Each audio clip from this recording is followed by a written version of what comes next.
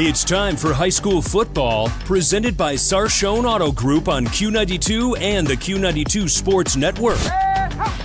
The best Stark County football is heard right here all season long.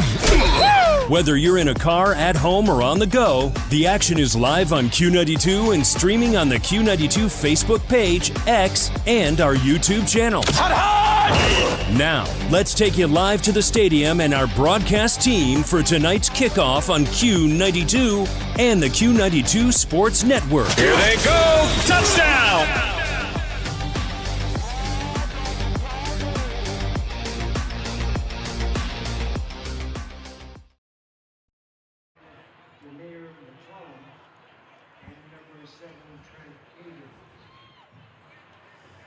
From Tom Benson Hall of Fame Stadium in Canton, it's time for high school football on Q92 and the Q92 Radio Sports Network, presented by the Sarshone Auto Group. I'm Clint Scroggs along with Brian Beatty tonight, and we'll have all the action for you from Tom Benson Stadium as the Canton McKinley Bulldogs at 4-1 take on the Green Bulldogs at 1-4. Despite their record, Green has played with all their opponents. Their losses are all by one-score margins, including a 7-point defeat to defending Division IV state champion Indian Valley in Week 1. The last 2 weeks, losses to Hoover and Jackson, where the Bulldogs fell behind in the first half, came back in the second and nearly pulled out both games. Their quarterback Tyson Hunka, 243 yards, 4 TDs last week, as the Bulldogs lost to Jackson 38-35. They got 180 combined yards from running back Evan Reed. McKinley, on the other hand, 4-1. They jumped out on Perry last week, 14-0. They won that game 28-18. Kylan West, 192 yards, 13 carries, 2 long scoring runs in that ball game. DJ Britt, 96 yards on 10 catches. The Bulldogs with a workmanlike win last week against Perry, 28-18. This is just one of 7 games, a score 7, as always on Friday nights here on the Q92 Sports Network. And in just a few moments, we're going to be hearing previews of those other games. A little bit later, we'll hear from Renzi Parnell, the head coach of the Canton McKinley Bulldogs. And that's all coming up here in just a few moments on Q92 as we get set for Canton McKinley and Green in a big Federal League matchup on a beautiful night from Canton. So we'll send it back to the studios. We'll hear previews and the interview coming up in just a moment. You're listening to High School Football, presented by the Sarshone Auto Group on Q92. Northeast Ohio knows football, and Sarshone Auto Group knows Northeast Ohio. As an official partner of the Cleveland Browns, Sarshone Auto Group serves our community with the best selection and the best from Ford, Chevy, Chrysler, Dodge, Jeep, Ram, and more. From the toughest trucks to the SUVs that fit your family. Sarshone Auto Group, an official partner of the Cleveland Browns, and the place where Northeast Ohio comes to drive. Visit Sarshone.com. Good evening, everyone. We are on to Week 6 of this 2025 Ohio High School football season on the Q92 Sports Network, brought to you by the Sarshone Auto Group. I'm live here inside Breck Bueller Stadium as the Canton South Wildcats welcome in the Orville Red Riders in this packed conference matchup. Orville comes into tonight with a record of 4-1, 2-0 in conference play. They are on a 3-game winning streak as this is their 4th road game in the last 5 weeks. They'll look to stay hot in their pursuit to a conference title. Canton South comes in with the opposite record of 1-4, 0-2 in conference play. They've had a tough stretch of opponents as they are on a 4-game losing streak after falling the last 2 weeks on the road against Manchester and Northwest, respectively. It doesn't get any easier tonight as they come back home against the conference leader. This Wildcat team has hovered around the 14 to 16 offensive point output mark all season, but will have to eclipse that 20-point mark if they want a shot at getting back into the win column tonight. We move toward the back end part of the regular season schedule here tonight, and you can join me on Q92radiosports.com to catch Canton South, Orville. Kickoff is currently scheduled for 7 p.m. live from Breck Bueller Stadium in Canton South. I'm Jay Wilhelm, Q92 Sports Network. It's the feel-good story of the year for Stark County High School football in 2025, the Manurva Lions, who since 2015 have eclipsed nothing but seasons of 2 wins, 1 win, and even 0 wins, have found themselves at 4-1 at the halfway point of the regular season and tied for first in the Eastern Buckeye Conference standings. A big reason for that is their new head coach in Zach Slates, who comes over being the head coach of the last 4 years of the Perry Panthers, turning Manurva into a winner, in large part thanks to Slate's bringing over the wing T offense he used at Perry. Tonight, it's the biggest game in the last 10 years for the program as they welcome EBC powerhouse, the also 4-1 West Branch Warriors, who are coming off a commanding 48-7 win at home against Howland. Some key names to watch for in this one include West Branch's Swiss Army knife in Jeremiah Thomas, who has ran for over 180 yards and has over 200 receiving yards on the year, and Toledo recruit Gavin Gregory, who's West Branch's leading receiver at 21 catches for 275 yards and a touchdown. For Manurva, listen for the names of Timmy Kirkpatrick and Nate Linkus to be said a lot. They have 1,000 yards rushing combined through the first 5 games of the year. If Alliance loses to Salem tonight, the winner of this one will have sole possession of first place in the EBC. Find out who takes this heavyweight fight with Robert Coleman and I streaming live right here on Q92 Radio's YouTube channel in just under half an hour with kickoff set for 7 o'clock. From Heinz Stadium in Manurva, Matt Corrali, the Q92 Sports Network. Are you looking to add beauty, privacy, and year-round greenery to your property? Smith Evergreen Nursery is a family-owned local grower of premium evergreens, perfect for privacy screens, windbreaks, and stunning landscaping. They grow what they sell, so you get healthy, long-lasting trees straight from the source. Call 330-575-2479, visit smithevergreen.com, or find Smith Evergreen Nursery on Facebook. Smith Evergreen Nursery, farm to yard. Welcome to Lake Blue Streak Stadium, where the 5-0 Lake Blue Streaks get a non-league interlude against the Northwest Indians. The Indians arrive in Week 6 sitting at 3-1 after a Week 5 win over Canton South 24-14. QB Brandon Venables contributed to the Indians' victory with 26-yard rushing TD and a 16-yard passing touchdown and 185 yards total yards passing. Running back Joey Medor had 22 carries for 152 yards and a late fourth-quarter touchdown to help seal the deal for the Indians. Logan Alman also led the team in receptions with 11 catches for 115 yards. The Lake Blue Streaks come into Week 6 sitting number 1 in Region 5 computer rankings at a 5-0 record with wins over South Range, Boardman, Rocky River, Perry, and a 35-21 win over GlenOak in Week 5. This season, the Blue Streaks have scored 31 points in every single game. The Blue Streaks have 866 rushing yards, 903 passing yards, and a well-balanced offense that's led by Alex Quire and running back Davis Matson.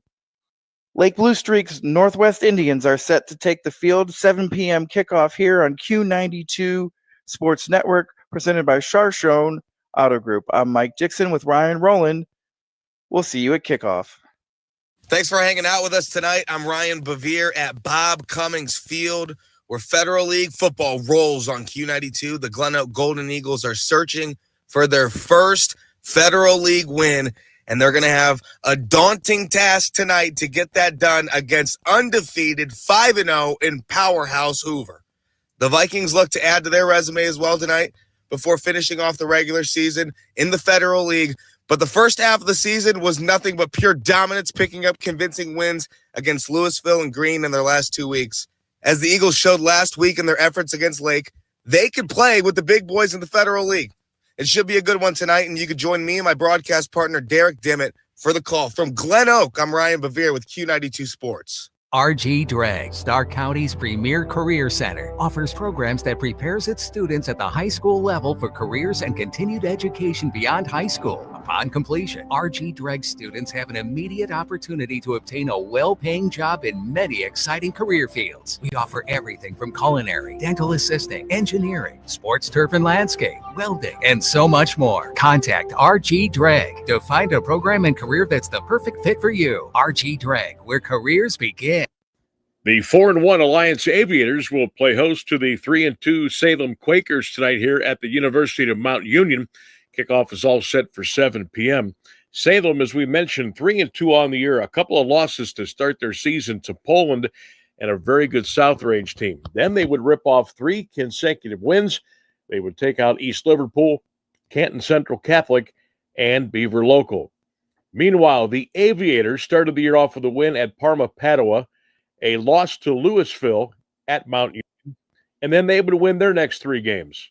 At Streetsboro, in a very impressive game, they would knock off Ellet up in Akron, and they would beat Canton Central Catholic last week by the score of 42-7. These teams have one common opponent. It is Canton Central Catholic. Salem beat the Crusaders.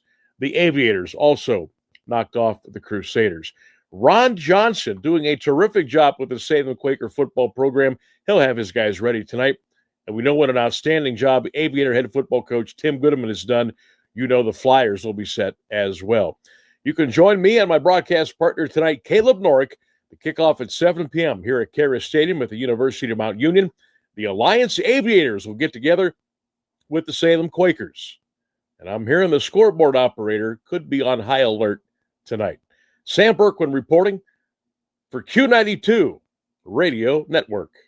It's week 6 of high school football on the Q92 Sports Network, and we are at Robert Fife Stadium in Jackson for the 69th meeting between Federal League rivals, the Perry Panthers and the Jackson Polar Bears. The Panthers got off to a hot start, going 3-0 to start the season, but have dropped their last 2 games, a 31-15 loss to Lake and a 28-18 loss to McKinley. For the Panthers, senior running back Caleb Hunley is back from a collarbone injury in a deep Perry backfield that already includes Connor Shepard and Jonathan Lemon. Shepard and Lemon combined for 967 yards and 11 touchdowns on the ground this year so far. Let's not forget about defensive backs and wide receivers Jaden Wilson and Nazir Foster, who each have a pick 6 on the season and are explosive on the offensive side of the ball. Jackson comes in tonight 3-2 on the season as well, having won their last 2 games, including a big 33-6 victory over Mayfield and a tight 38-35 win over Green.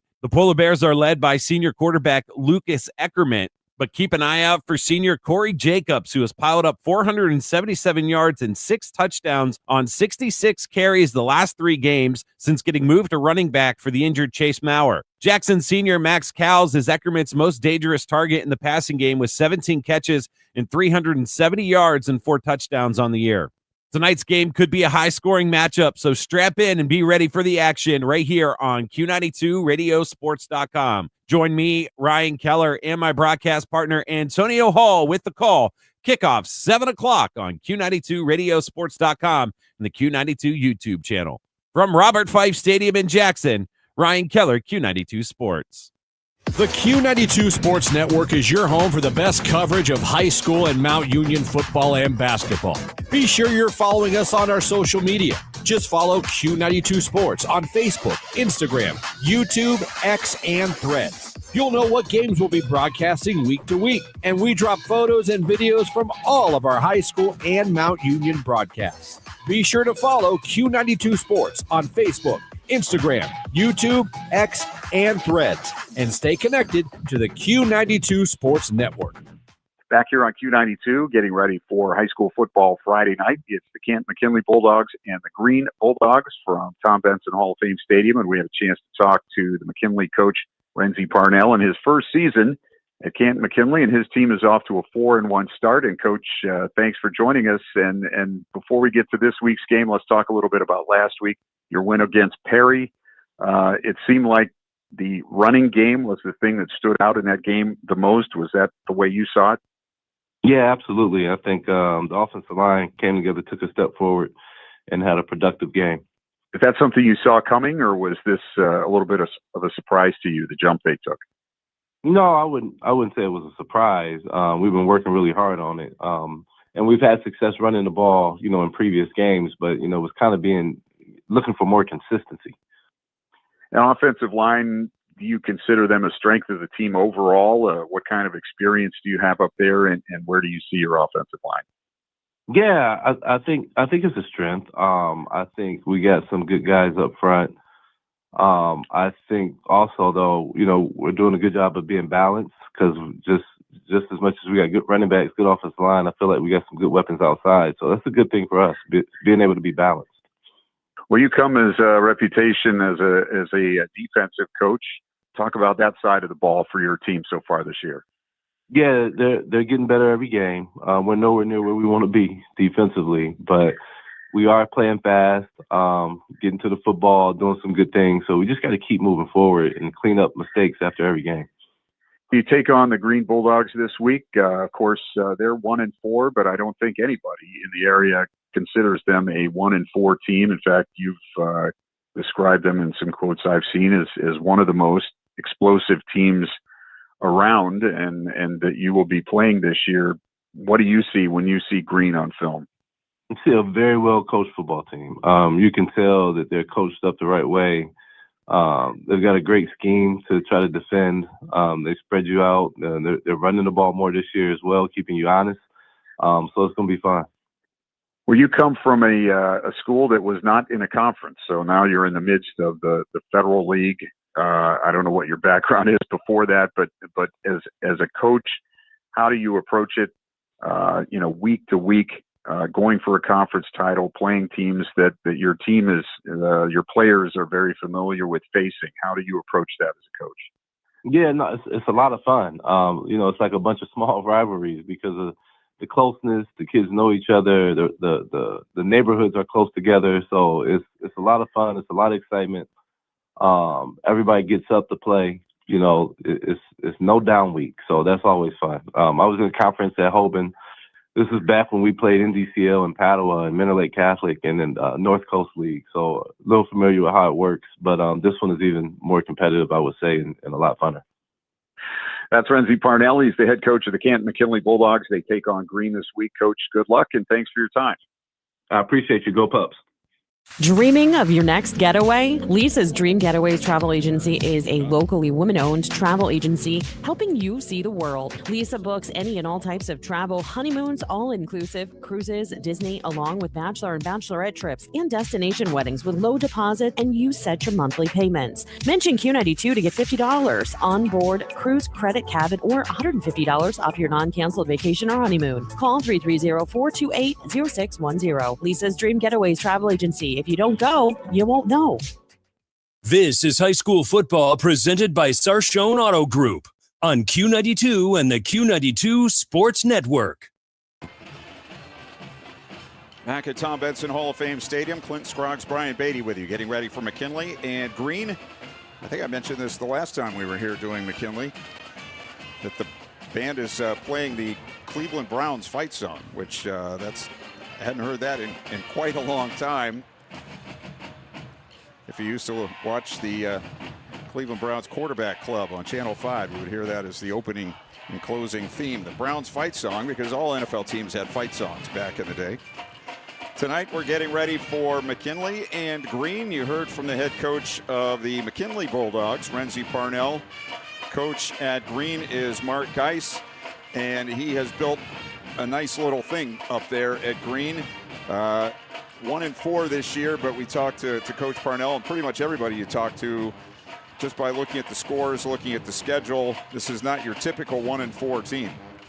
No, absolutely not. It's a great ball team, really. Really good ball team. I think they've combined loss of 17 points, in their 4 losses they've had, and they've played good opponents. So, in the team they should have beat up, they did with Talmadge. So, they don't have a lot of kids. They're not a big Federal League team number of men on the field, but they get the best out of them. And one of the best coaching staffs in the area. They've made some nice runs here in the past. Upsetting Massillon a couple years ago in the playoffs and made some runs. So you know you're going to get the best shot, and they'll be ready to play tonight.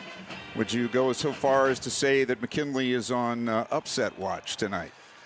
Yeah, I would say upset watch, but, Coach Parnell, Parnell's coming from Hoban. He's used to being the target of every team they come against. And, I talked to some of the other staff when I was down on the sideline, and they said they had the best week of practice. And that's great to see that, when you do have a 1-4 team coming in, that you're still getting a great practice. Kids aren't overlooking it. So, yeah, you're always on upset watch, but I think he has them mentally focused in.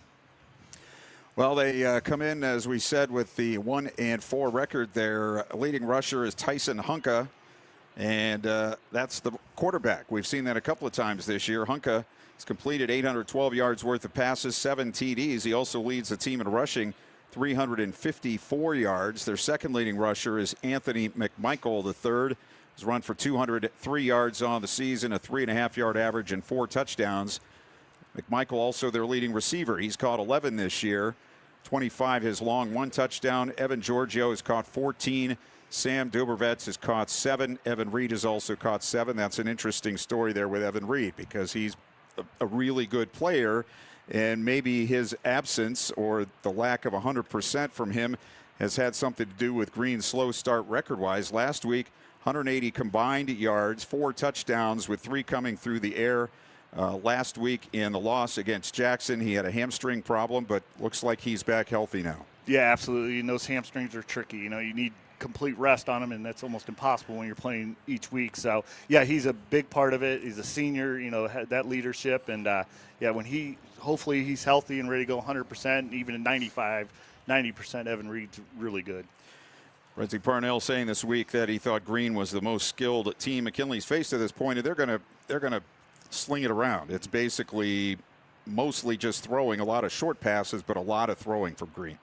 Yeah, a lot of quick passes, just extend the running game, and just trying to spread, get as many people out of the box, and then if they can hit some, and you got to contain the quarterback because he's an athlete also. So they'll have their work cut out for them tonight for sure. McKinley 14-0 lead last week. They ended up beating Perry 28-18.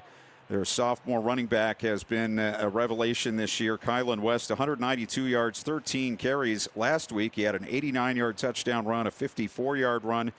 Their quarterback, Trent Hayden, also here from Hoban, threw for 170 yards and a score. DJ Britt, 96 yards on 10 catches. McKinley ended up with 302 yards rushing last week, and that's kind of almost the number like we saw with Massillon on Friday night against St. Edward, where they're just going to line it up and run it. Renzi Parnell says he likes their balance, but it's good to know, I would think, as a coach, that you can just line up and run if you need to. Yeah, absolutely. That's going to open up everything for you. If you can run the ball and take care of the ball, time possession and everything, and then, it'll open up the outside for you more and more. So, yeah, really anxious to see how they've matured offensively, offensive line-wise since we saw them against Cleveland Heights. That's good. That's a big part of the Federal League, and they'll have another good test tonight. Defensively for Canton McKinley, they're limiting opposing offenses to 185 yards a game, and they've given up a total of 30 points in the last 3 weeks. Their leading tackler is junior linebacker Antonio Stevens. He has 45 of them. He also has 9 tackles for loss, and senior cornerback Chris Crook has 3 interceptions. McKinley's never lost to Green. They're 10-0 overall, 9-0 in Federal League play, and a series that's been dominated by McKinley, but not all of the scores have been dominant scores. There have been a couple of one-point games at this site over the years. This series goes back to 2004. So let's take a timeout. We'll come back with more from Tom Benson Hall of Fame Stadium as we get set for Canton McKinley and Green. It's coming up tonight here on the Q92 Sports Network. High school football presented by the Sarshone Auto Group.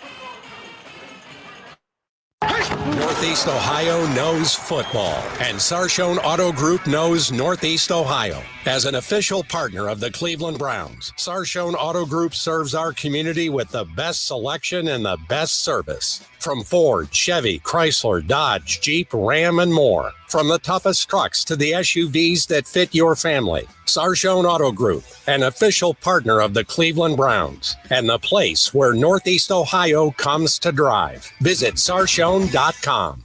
Lilyfield Lane Flowers and Gifts, located at 2830 Cleveland Avenue South, is your go-to florist for every occasion: homecoming, prom, weddings, birthdays, anniversaries, and memorials. Stop in and take a look at our unique gifts and beautiful custom floral arrangements. We deliver in the Stark County area. Give us a call today at 330-754-6998 and mention Q92 to receive a 20% discount. This is high school football presented by Sarshone Auto Group on Q92 and the Q92 Sports Network. Canton McKinley has taken the field. The Green Bulldogs coming out of the tunnel down to our right. Canton McKinley will be in the black jerseys tonight with white numbers, red and white stripes. They'll be in the red pants with the red, black, and white stripes, and they'll be in the black helmets with the red across the top and the Bulldog logo on each side. Green will be in the all-white tonight with the orange numbers and letters and stripes trimmed in black. They'll have the black helmets and the sort of Green Bay Packers type G on either side of their helmets in orange, and they'll have the black face masks tonight. So we are just about ready for the national anthem. We'll have that in a few moments, and then we'll have the kickoff of tonight's game. It is week 6 already. Always hard to believe how fast the season goes by, but week 6 also on the Q92 Sports Network tonight. Salem is at Alliance, Northwest at Lake, Perry at Jackson, Orville is at Canton South, Hoover at GlenOak, and West Branch is at Manurva tonight on the Q92 Sports Network. And we'll have 7 more games for you next week and all through the season. Colors being presented, and very soon we'll send it down to the field for our national anthem.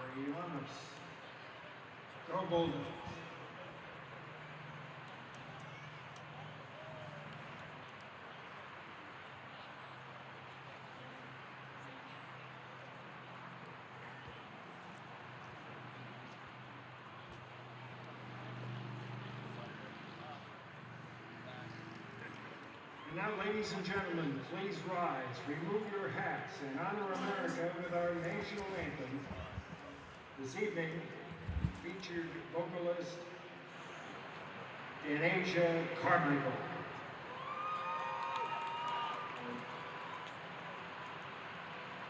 Oh, say, can you see by the dawn's early light what so proudly we hailed at the twilight's last gleaming, whose broad stripes and bright stars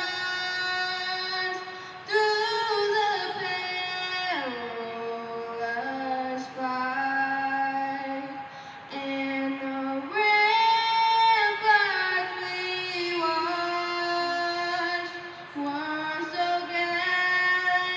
gallantly streamed, and the rockets raked away the bomb bursting in air, gave proof through the night that our flag was still there. Oh, say does that star-spangled banner yet wave o'er the land of the free and the home of the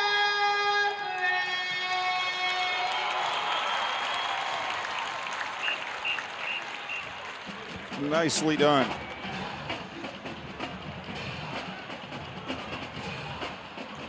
So it's just about time for football from Tom Benson Hall of Fame Stadium. Another clear Friday night. Temperature 71 degrees. Will be dropping down into the mid-60s by the time we're done this evening.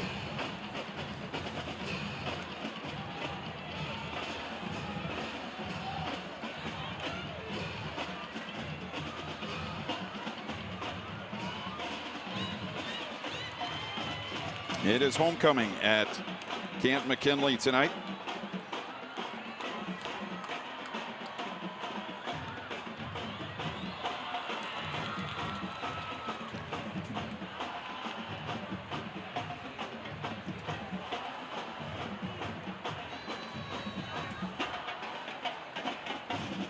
And the Bulldogs of either team still huddled around their coaches.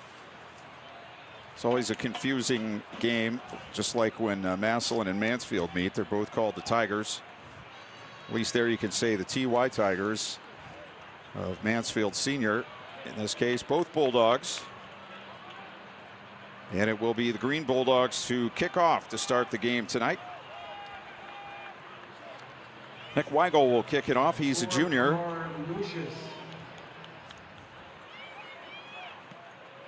Deep man for McKinley is Darius Hill, standing back around the 5-yard line.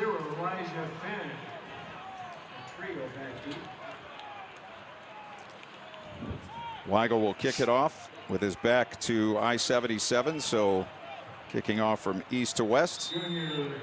And we are just about set to go. Kamar Lucius also back for McKinley. And Shad Davis, I believe, on the near side of the field. 12 minutes on the clock. Here's the run up and the kick, and it's booted on the ground. It takes a high bounce and comes down around the 35-yard line, crossing the field to the 40 and to the 44-yard line is McKinley's DJ Britt. It's a pretty good guy to have returning a short kick, and McKinley will have good field position to start things, starting on their 44-yard line. Working from our left to our right, some changes on the offensive line for the Bulldogs tonight. You'll have Jamaris Owens out there on the offensive line. And I don't know, you showed me that roster, and I don't know if, no, I don't see a 61 on there, but 61 is starting at right tackle. The left guard is Cameron Jamerson, a junior. Owens is the center. And the quarterback is Trent Hayden in the pistol, turns and hands it off up the middle to the 46, and no further goes Kylan West. Green defensively has Dario Lombardi, Josh Taylor, and Zane Alcati on the defensive line. Caden Warner, Anthony Swank, Evan Reed, and Joel Brink are the linebackers. The safeties, Anthony McMichael and Evan Giorgio, Reed Libertor, and Jaden Hall are the cornerbacks. Gain of 2 on first down on the run right up the middle. Man over the middle for Green is Luke Shaw, who lines up over the center. He's listed 185 pounds. Long time in the huddle here for the Bulldogs. There's still 8 on the play clock as they break the huddle. Down to 3, down to 2, down to 1. Got it snapped. Play action. It's going to be a throw to the near side and incomplete into double coverage. The throw intended for DJ Britt. There were 2 Green Bulldogs there. We got a flag on the play and a Bulldog down, Green Bulldog down. Back on the 40-yard line, the flag very near the injured player. Back on the 40. So the pass was incomplete. It'll be 3rd and 8 depending on the flag for Canton McKinley. The stoppage comes just over a minute into the first quarter.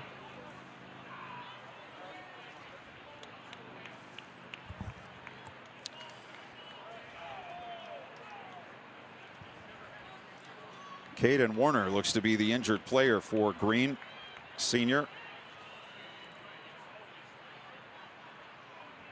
On the offense, number 33, 10-yard penalty, second down. So the penalty against Canton McKinley.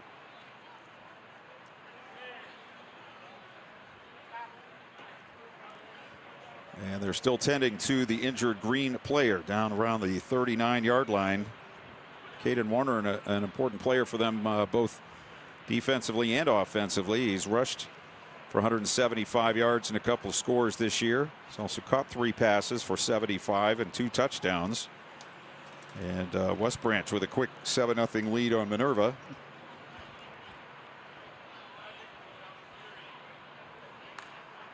We'll keep you updated on all the scores tonight.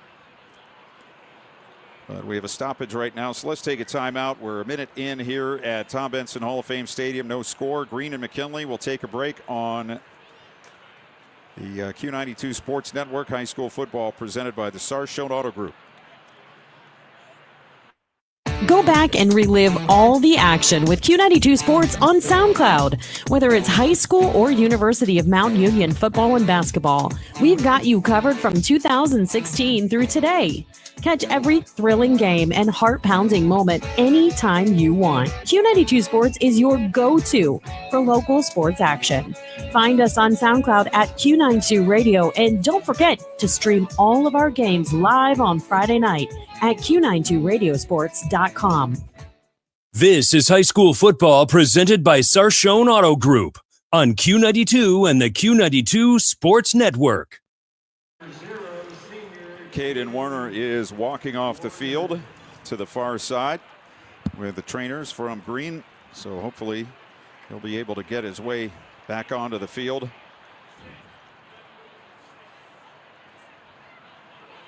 McKinley, after the penalty, back on their 36-yard line. They'll have a second down and 18. They'll line up with two receivers to each side of the formation. Hayden, the quarterback, in the pistol, and he has West behind him. And he takes the snap. Quick flip near side. DJ Britt down the sidelines, tripped up and out of bounds by Anthony McMichael on the 45-yard line. So they'll pick up about 9 on the play, and it'll bring up third down and 9 for the Bulldogs from their 45-yard line.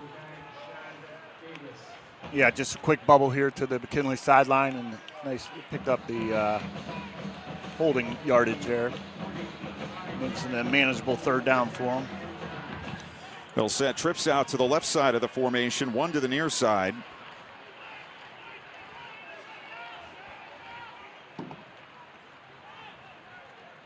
And here's the snap. Back to throw. Late blitz. Pass across the middle and too high. Intended for Darius Hill. But the pass well over his head and incomplete as Hill was crossing the field. And the Bulldogs of McKinley will have to punt it away as the penalty hampers the McKinley drive. Punter is Thomas Minkowski. This will be his 14th punt of the season. He averages 35 yards a kick. One back deep for Green, standing on his 24-yard line. Uh-oh. Trouble on the snap. Minkowski running. Now he throws the ball ahead. It's caught and then knocked away. And Green will be in great field position.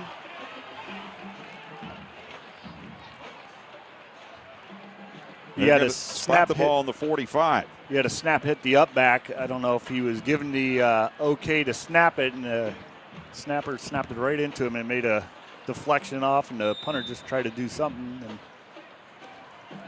Bulldogs had problems with the special teams a couple of weeks ago, with snaps especially. And that one cost them as well. Green will have it 1st and 10 on the McKinley 45. Their quarterback is Tyson Hunka. 5'9", 165 and a senior, alone in the backfield. Now he brings a man in motion, hands him the ball, and he wants to throw it, it looks like, and he slips and falls. Chase Herbert got the handoff, and he went back to his own 47 and slipped down. There was a McKinley player pretty close by, but it looked like he was thinking about throwing the ball. But it is a huge loss for Green. That's an 8-yard loss on 1st down.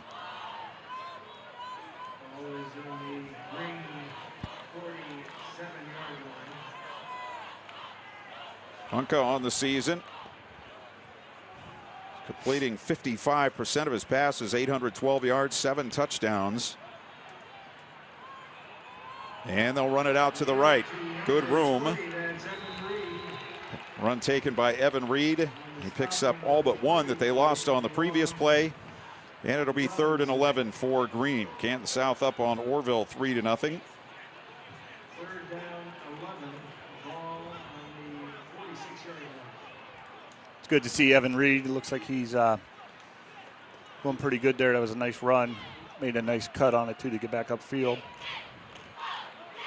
Green with a 3rd and 11 on the McKinley 46-yard line. Snap back, Hunka. Now he's running around, runs to his right, and he flips the ball over the head of a receiver downfield.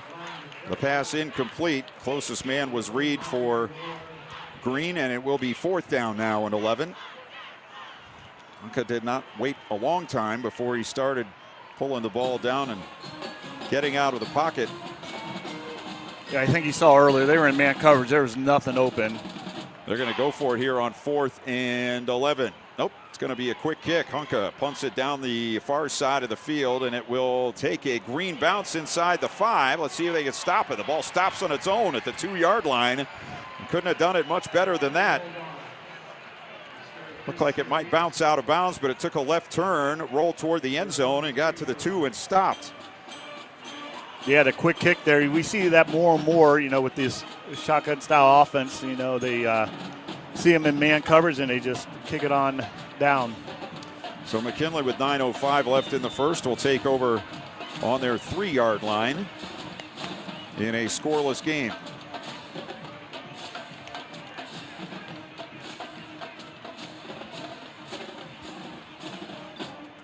West still in there at running back. They have a wing to the left. They have a receiver each way. They have a tight end to the near side right. And Trent Hayden in the end zone takes the snap, hands off to West, and he's hit behind the line, and he's going to be dropped back at the 1-yard line. First man there for Green was Josh Taylor, a senior at 6 feet and 205, and he got in there quickly. The loss will be to the 2-yard line, so -1 on the play.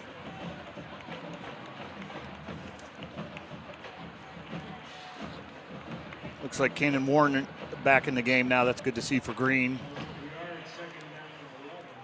Said it was an ankle, our sideline reporter said.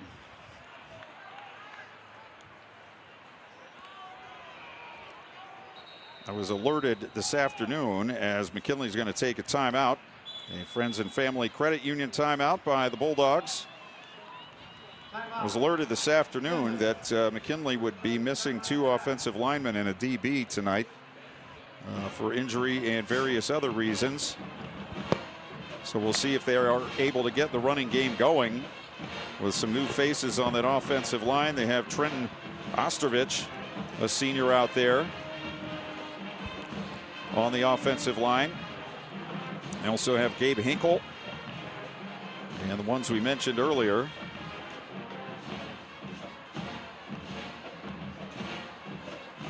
Yeah, they're thrown to the fire right away. Green's well coached, especially defensively. They're going to show them, different stunts and different formations up front. And, it's hard to prepare, especially if they can't, went out late in the week and they didn't get a lot of practice times with the ones.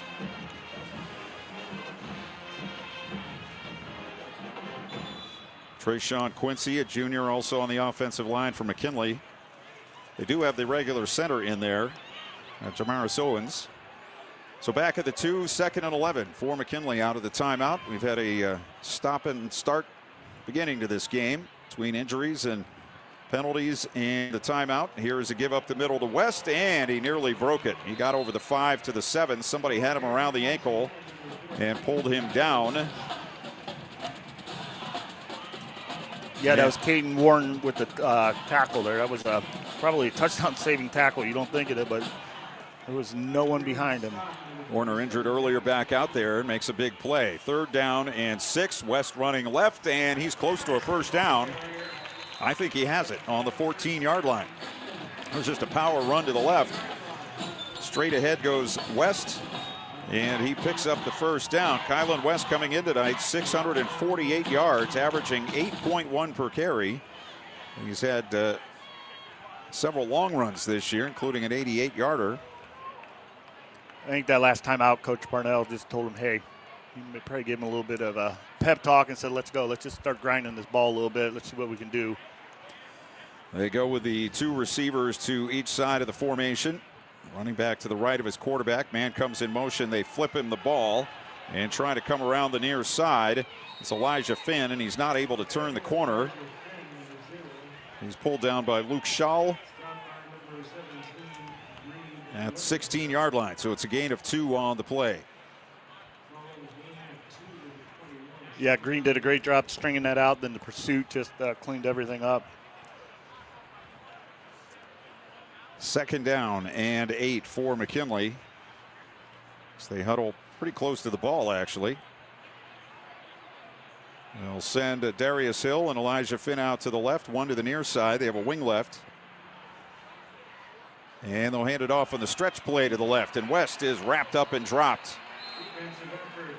Getting into the backfield for the Green Bulldogs, Dario Lombardi, 6 feet 220 and a senior. And that's a loss of a yard on the play. So it'll be 3rd down and 9 here for the Bulldogs. They will get Trayvon Smith and DJ Britt back in the game. Yeah, Lombardi did a great job on that play. Got the inside shoulder and just got up underneath the offensive lineman there from McKinley and just broke that play up immediately. GlenOak on top of Hoover, 7-0. According to him, there's 1 minute left in the first quarter in that game. We have 6 minutes left here as McKinley with a 3rd and 9. Blitz off the corner. Pressure on the quarterback, and he goes down. Trent Hayden sacked back on the 14-yard line as Green sent more than the Bulldogs of McKinley could block. And it'll be 4th and 10 here for McKinley. They will have to punt it from around the 5-yard line, and they botched their punt last time. That's the second time on 3rd and long that they've blitzed the corner or an outside backer, and it looks like McKinley doesn't have enough guys on the field here. Late one coming on. Still 12 on the play clock. Let's see if they can get lined up.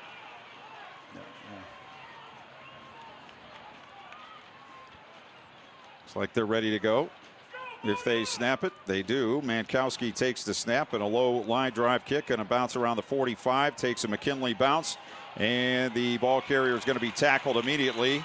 Ben Bronick fielded the punt at his 45 and went down very quickly thereafter. McKinley's Isaac Brooks down there in on the tackle, and the Green Bulldogs will take over 1st and 10 on their 45. 5:06 to go in the first quarter of a scoreless game.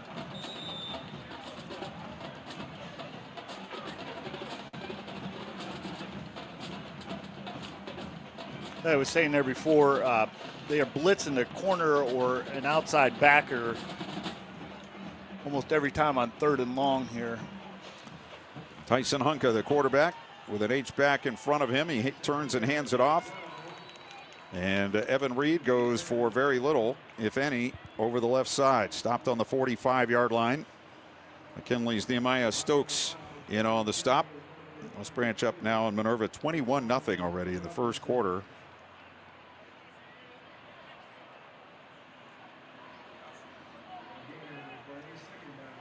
Lions 7 and Salem 7. Canton South still leading Orville 3-0. Braden Jarvis, the center for Green. Waiting the signal. Snaps it back. Hunka with play action. Rolls to his right. Throws it out in the right flat. Juggled and incomplete off the hands of Josh Taylor. Pass a little high. Got his hands on it but couldn't bring it in on the carom. So it'll now be 3rd down and 10. Both teams struggling in the pass game early in this one. Yeah, they snuck Josh. He lined up as a H-back and just snuck him out through the interior line. He was wide open there about 5 yards out, and just the ball was just a little bit high. 2 receivers out to the far right side, 2 tight to the near left side. 1 running back to the right of Hunka in the pistol. Fakes on the jet sweep. Back. Running around. Looking around. Still running around. Gets past the first man. Crosses the 50 and gets to the McKinley 49-yard line, which is going to leave him about 4 yards short of a first down. And Green find themselves in a similar spot as last time. They were at the 45. It had a 4th and 9 last time and ended up with a quick kick.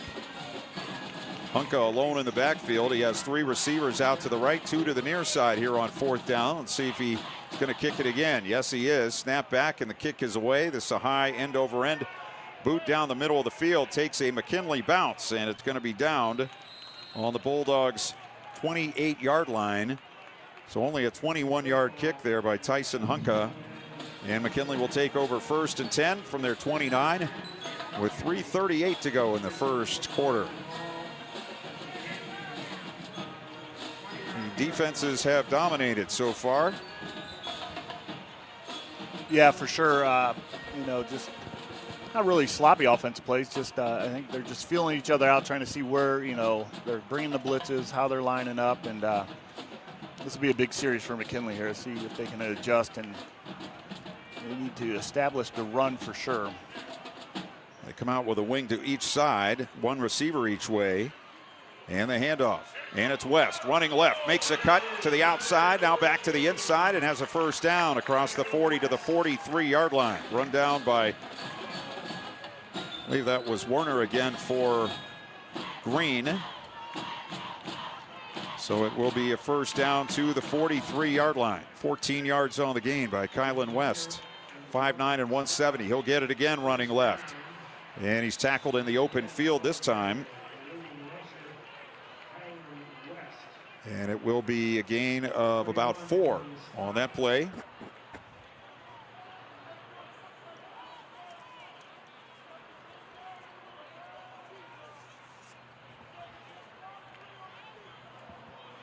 Don't have a 21 for Green. I don't know if you have a 21 or not. I got it here in the other program.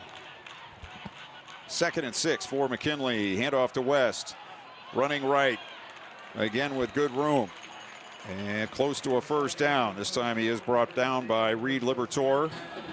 And they will move the chains. McKinley over the 50 to the Green 47-yard line with 2:40 to go in the first quarter of a scoreless game from Hall of Fame Stadium.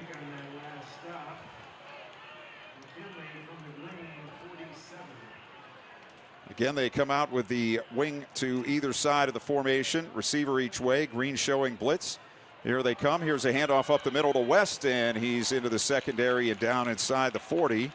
We'll spot him right on the 40-yard line, so that's a pickup of 7 straight ahead by Kylan West.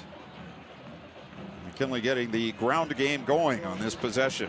Yeah, I thought that was going to be important, and nothing fancy here. They just want to try to grind it out and just stick to their style of football, and that's definitely running the ball. Perry up on Jackson, 7-0 in the first quarter. Darius Hill out to the left, DJ Britt to the near side. Again, a wing each way. They fake it to West, going to throw it deep. Near side, it's Britt going up for it, and it's incomplete, and flags come in. Down inside the 15-yard line, and I believe we're going to have an interference call against Green. Yeah, that was Saul up in the box. They've been man coverage out here, and he's been getting the inside release every time, and he got it again and was really, he was stride to stride with him, but he was inside him. You can't let that happen as a DB, and when he did go for the ball, he had to go over top of him. Good call. So the ball moves to the Green 25, 1st and 10. Snap back and a handoff and up the middle. A big hole this time for Isaac Brooks into the secondary. He's got a first down, and Moore still pushing down near the 10-yard line. They'll spot him on the 12. And it will be another McKinley first down on the 12-yard line in the R.G. Drake red zone. McKinley trying to get on the board first with a minute and a half to go in the first period. Handoff. Brooks again up the middle. This time he's hit around the line of scrimmage, and again it takes several Green players to drag him down at the 10-yard line. Yeah, good strong running for sure.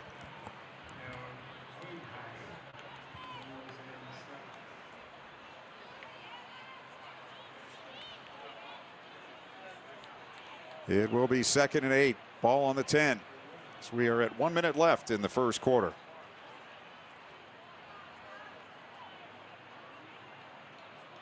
Snap back. Give up the middle. And this time the ball carrier is hit right away and dropped to the turf by Anthony McMichael.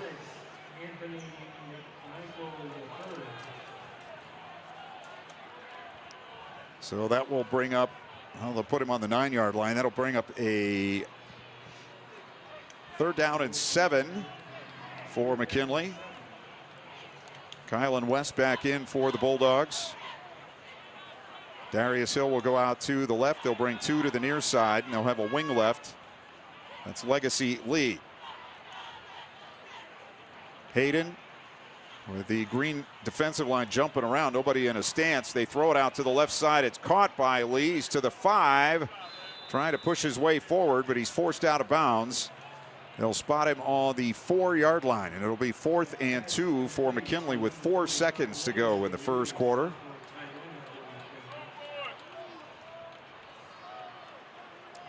McKinley offense staying on the field. They're showing no signs here of kicking the field goal. Probably almost wish he would have stayed in bounds just to get the quarter and think about it a little bit. So free timeout. Yeah. Clock stopped with 4 seconds left in the period. Hayden in the pistol. One back, 3 receivers, wing to the left, and the McKinley right tackle moved early.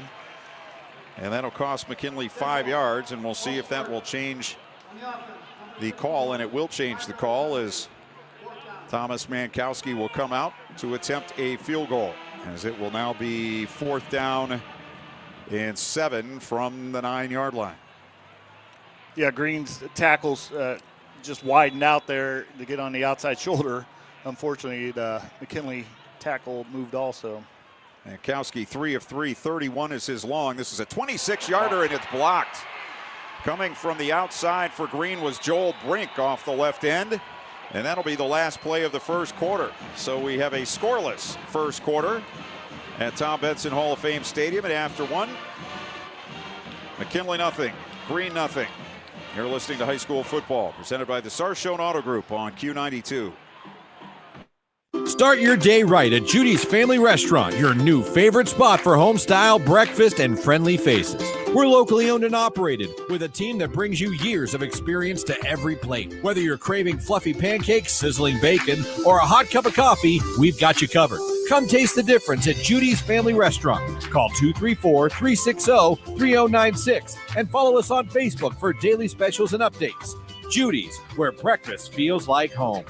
Peace of mind. It's one of the most important benefits that we can offer at Friends and Family Credit Union. Welcome to Family Secure Checking. It offers unrivaled security to protect your everyday finances and purchases, as well as comprehensive identity theft protection and reimbursement coverage, credit file monitoring, benefits for travel, shopping rewards, and cell phone protection that includes repair or replacement for up to 4 phones on your cell phone plan. It's time to bring a friend into the family.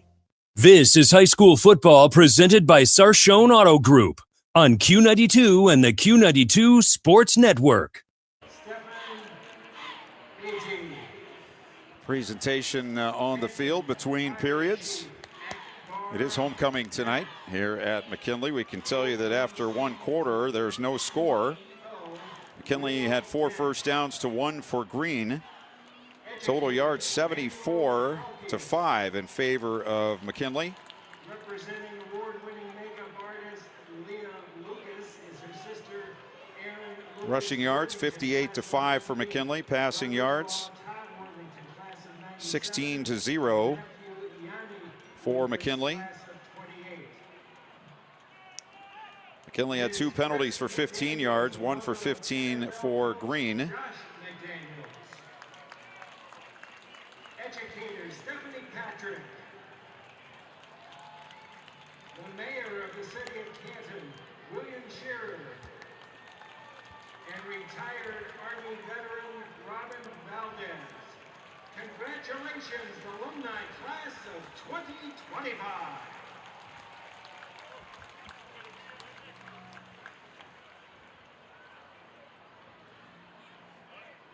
In that first quarter,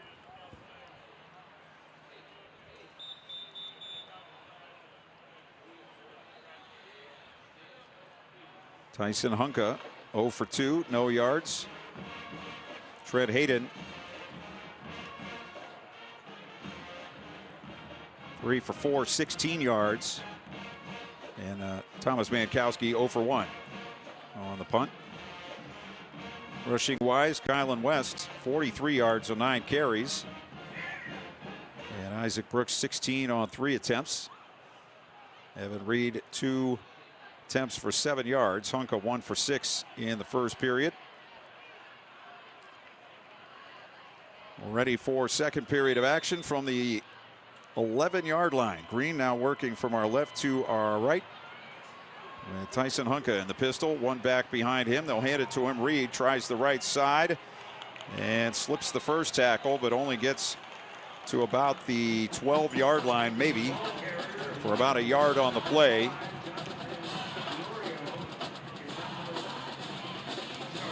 Antonio Stevens, Bulldogs leading tackler. One of those there for McKinley, along with Lanuz Brown. 2nd and 9. Yeah, Green's last third down, they ran that jet sweep, and that wheel route was wide open. I wonder if they'll come back to that. Hoover and GlenOak 7-7 in the second. Perry up on Jackson 14-0. Hunko with play action, rolls out to the far side. Now he's surrounded, and he'll go down back inside the 10-yard line.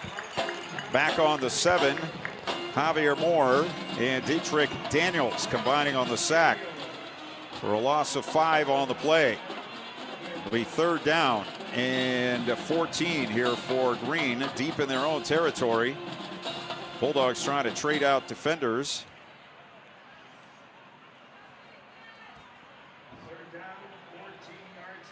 I count 11.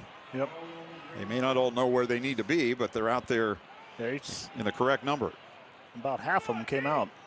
Here's Hunka, starts rolling right, now rolls back to his left, looking downfield. Now he's going to tuck it and run, and he's shoved out of bounds on the 12-yard line. Colin Hinkle making the play on the far side of the field. So it'll be 4th down and 9 here for the Green Bulldogs from their 11.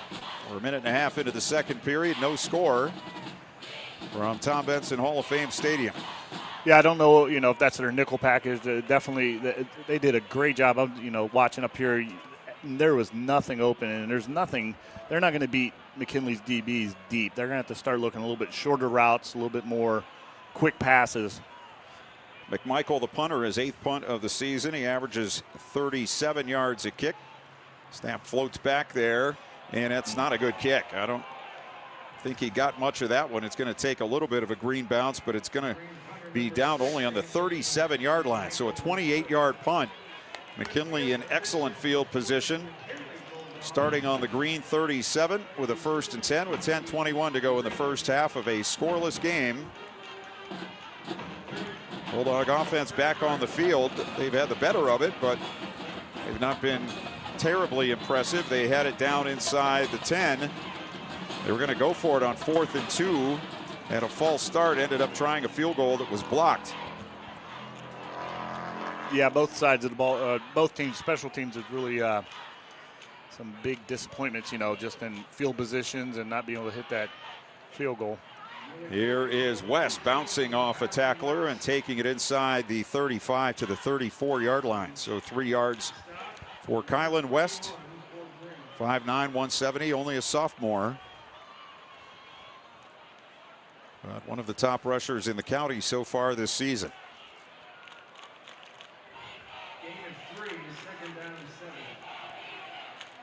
Hayden looking to the near sideline for the signals from the coaches. They'll send DJ Britt out to the right. Darius Hill to the near side left. They have a wing each way and one back. Behind Hayden in the pistol. On 2nd and 7. Now they bring a man in motion left. They're going to run it left. West is going to be brought down by Joel Brink after a gain of a couple, maybe to the 32. They had a lot of blockers over there, but Brink ended up unblocked coming in and making the tackle. Yeah, what happens there, you can tell Green, once again, well coached. When they're coming to that motion, they're sliding with the motion up front, which is hard to, to do, but they have some athletic defensive linemen, so they're sliding with it, and with some, newer offensive linemen, that's hard to pick up when they're sliding in the middle of the play, and all of a sudden you have to figure out who you got to pick up. 3rd down and 5 for McKinley on the Green 32. And McKinley is going to have to take their 2nd timeout of the half. And they'll take it with 8:48 to go in the second quarter. We're still scoreless from Tom Benson Hall of Fame Stadium. You're listening to high school football presented by the Sarshone Auto Group on Q92. Northeast Ohio knows football, and Sarshone Auto Group knows Northeast Ohio. As an official partner of the Cleveland Browns, Sarshone Auto Group serves our community with the best selection and the best service. From Ford, Chevy, Chrysler, Dodge, Jeep, Ram, and more. From the toughest trucks to the SUVs that fit your family. Sarshone Auto Group, an official partner of the Cleveland Browns, and the place where Northeast Ohio comes to drive. Visit Sarshone.com. This is high school football presented by Sarshone Auto Group on Q92 and the Q92 Sports Network. No score. McKinley and Green, 8:48 to go in the first half.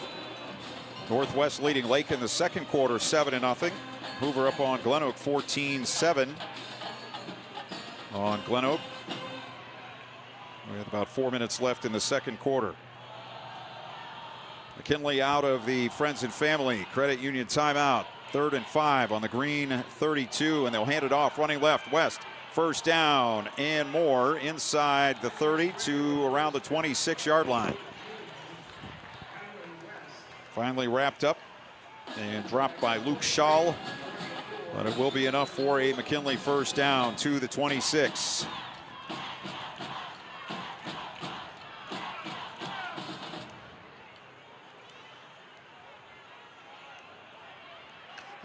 Coach Parnell's down there talking to the line judge. I don't know if they might be mocking the play snap count or he's upset about something. Ball is on the 26, 1st and 10. Wing left, tight end right, receiver each way. Hayden turns, gives it off to West, and he runs right into the arms of Green's Nolan Sankovic. 6'1", 220, a junior, who wrapped up the ball carrier after a 1-yard pickup. Ball on the 25-yard line. West will come out of the game, replaced by Isaac Brooks.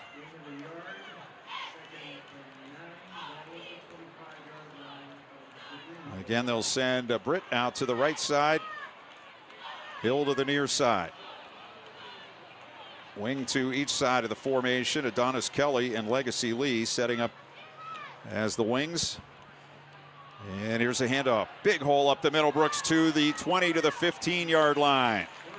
Put him on the 14. Isaac Brooks, 5'10", 200 and a senior.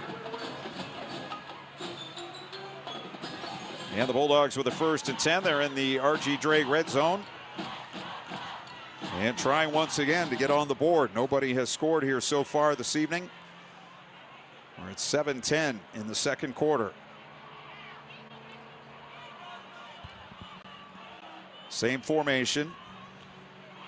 Hayden waiting for the snap. 3 down linemen for Green. They'll hand it off up the middle. Brooks lowers the shoulder, but he's going to be stopped until he is being pushed from behind by his offensive linemen, who push him ahead to the 11-yard line. They had the play pretty much shut down. First hit by Zain Al-Qadi, a senior defensive lineman. And now we have a timeout. So we'll have a timeout. Nope, we have an injured player on the field for Green. Down around the 12-yard line. Let's see who that was. But we have an injury timeout. 6:40 to go in the first half of a scoreless game. At halftime, we'll have halftime stats. We'll have scores of other games. We'll have the halftime news, and we'll also have our Scout Team Player of the Week for Canton McKinley.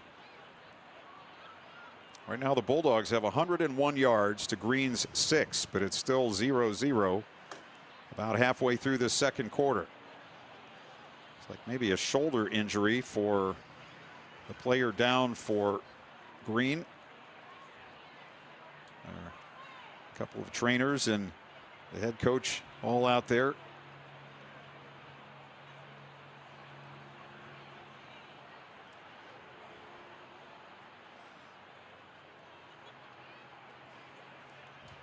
He is sitting up and now is helped to his feet.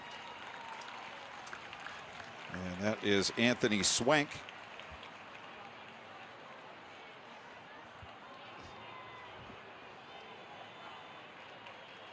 All right. So he goes off under his own power to the far sideline. We'll We'll see if we can get some eyes on him and see maybe what the situation is with him. Swank, senior, 5'9" and 189. First, make it 2nd down and 6 for McKinley on the 10. Handoff and a hit at the line of scrimmage. But Brooks is able to bounce off and fall forward for a little bit to the 8-yard line, which will set up a 3rd down and 3 for McKinley as we are reaching the halfway mark of the 2nd period.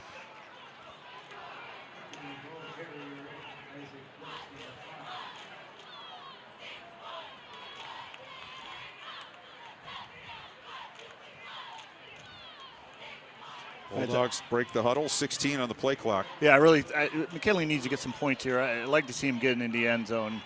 They need to, they've been dominating statistically this first half, but. On 3rd down, play action, quick throw to the middle, and it is caught for a touchdown. Darius Hill with the grab on the slant. Hill with his 4th receiving touchdown of the season. And passing touchdown at number 9 for Trent Hayden, and McKinley takes the lead. Very impressed with Trent Hayden there. They had a stunt, and the defensive lineman, I didn't catch his number for Green, was on him in a hurry. He stepped in the pocket and delivered a great ball. Receiver had a nice inside release and good pitch and catch for a touchdown. Mankowski for the extra point. He had a field goal blocked earlier. This time the kick is on the way, and it is good. Timeout on the field. 5:35 to go in the first half. We have a flag on the play.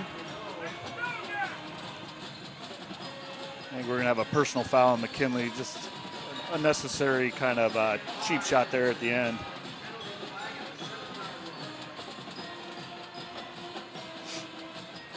All right, we'll check that when we come back. 5:35 left in the first half. 7-0 McKinley. You're listening to High School Football, presented by the Sarshone Auto Group on Q92.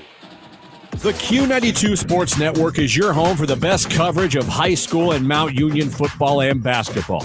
Be sure you're following us on our social media. Just follow Q92 Sports on Facebook, Instagram, YouTube, X, and Threads. You'll know what games we'll be broadcasting week to week, and we drop photos and videos from all of our high school and Mount Union broadcasts. Be sure to follow Q92 Sports on Facebook, Instagram, YouTube, X, and Threads, and stay connected to the Q92 Sports Network. This is high school football presented by Sarshone Auto Group on Q92 and the Q92 Sports Network.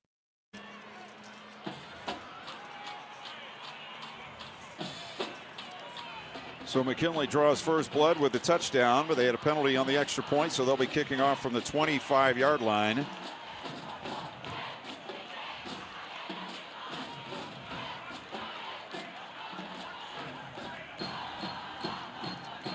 The green deep men are on their own 20. So they would expect to get pretty good field position out of this.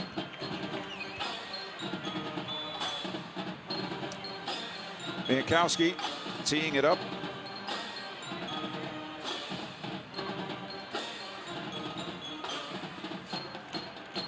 Eight plays, 51 yards, and 446 on the touchdown drive for McKinley. Mankowski gets the boot into it. Hits it pretty well. Back to the 18-yard line, to the 25, to the 30, to the 36-yard line. And the return by Anthony McMichael sets up the Green Bulldogs with a 1st and 10 on the 36. And just like we said, that was a big drive for McKinley. This is a big offensive possession for Green. They got to move the ball. Like I said, maybe, cut those passes down a little bit more short dink and dunk passes. They have 6 yards of offense here midway through the second quarter. Team that's used to moving the ball and scoring points. Trips out to the left, 2 to the near side, empty backfield with Tyson Hunka, the quarterback. He's going to hand it off on a sweep, and it's going to be a loss on the play. Evan Reed dropped for a loss of a couple.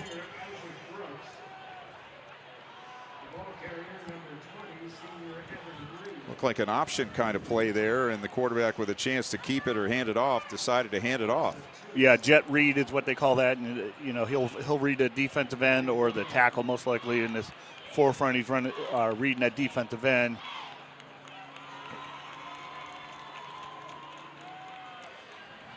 Second down and 12.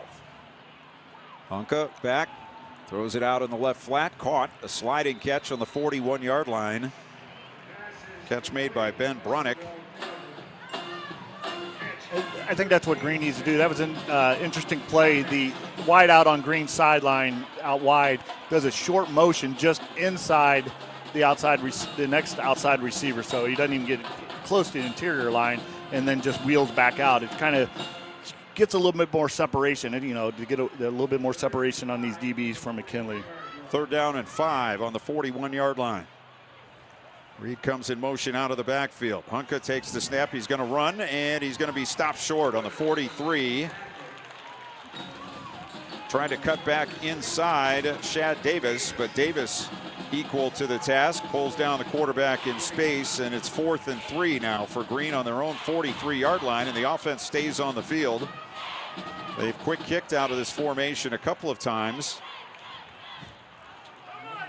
Still 20 on the play clock, 3:45 left in the half. Hunka now comes up to the line of scrimmage and says something to the lineman and gets the snap and kicks the ball away again. It's going to be taken back by Davis on the 27. Breaks 2 tackles, breaks a third, still on his feet. Flag down behind the play as Davis goes to the Green 40. Now we'll check the flag. Back at the McKinley 38. Yeah, a couple things on that play. They're getting used to this quick kick, and what happens, you don't have a punt team in there. On punt team, you have more athletic offensive linemen and that type of sort. So when they do get the field, you'll see something like that where you see them miss tackles, individuals that aren't used to running down the field and making tackles. So that's one of the downsides to that quick kick. Well, Green bailed out a little bit here because they got a block in the back on McKinley. And instead of being in Green territory, McKinley will start on their own 28-yard line. And it goes back to the return team, too. Some of those kids aren't used to playing punt returns, so, they just try to get a block however they can. All right, 1st and 10, McKinley from their 28. They lead 7-0, 3:26 to go in the first half. Bulldogs scored in their last possession. Hayden, play action. Gonna look, gonna throw it deep, near side for Hill, and he can't get to it. Darius Hill trying to run under that pass inside the 40-yard line. It's the second time we've seen the Bulldogs this year. We've seen very little in the way of short or intermediate passing. It seems like it's all about going downfield. Yeah, they're going for the home run there. He's lined up on the numbers towards McKinley's side, and that ball was targeted to just off the hash. I guess you could say the pro hashes on the field. So he's lined up, and he's just going to try to outrun that DB. Put the ball where it needed to be, just a little too long. Second down at 10 on the 28. Hayden now sends H back in motion to the left. They'll hand it off to the left, and it's a run, and it is a very short gain. That is West, who gets 1 yard to the 29-yard line. So it'll be 3rd down and 9 yards to go. They do kind of telegraph where they're going with the ball when they have that extra wingman in motion to the left. That's where they have run the ball. Yeah, and Green's adjusting to that. They've probably seen they haven't come anything countered back. Now, if you can run a sprint draw out of that, maybe with one of those up backs coming back underneath that could be a play. Clock running, 2:39 first half. 5 on the play clock as the Bulldogs get to the line of scrimmage. They're not going to have time to get this play off, so McKinley's going to have to use their 3rd timeout. With 2:33 left in the first half, McKinley leads Green 7-0. You're listening to high school football presented by the Sarshone Auto Group on Q92.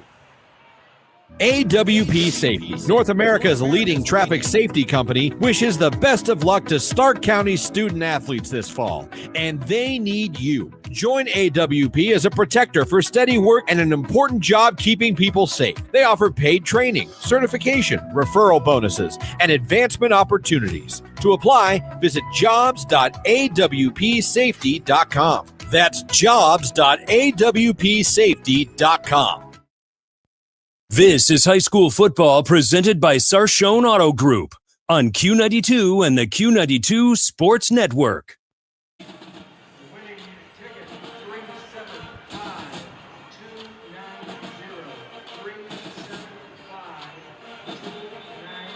Seven 0 McKinley leads Green. 2:33 left in the first half. McKinley with a 3rd and 9 on their own 29-yard line.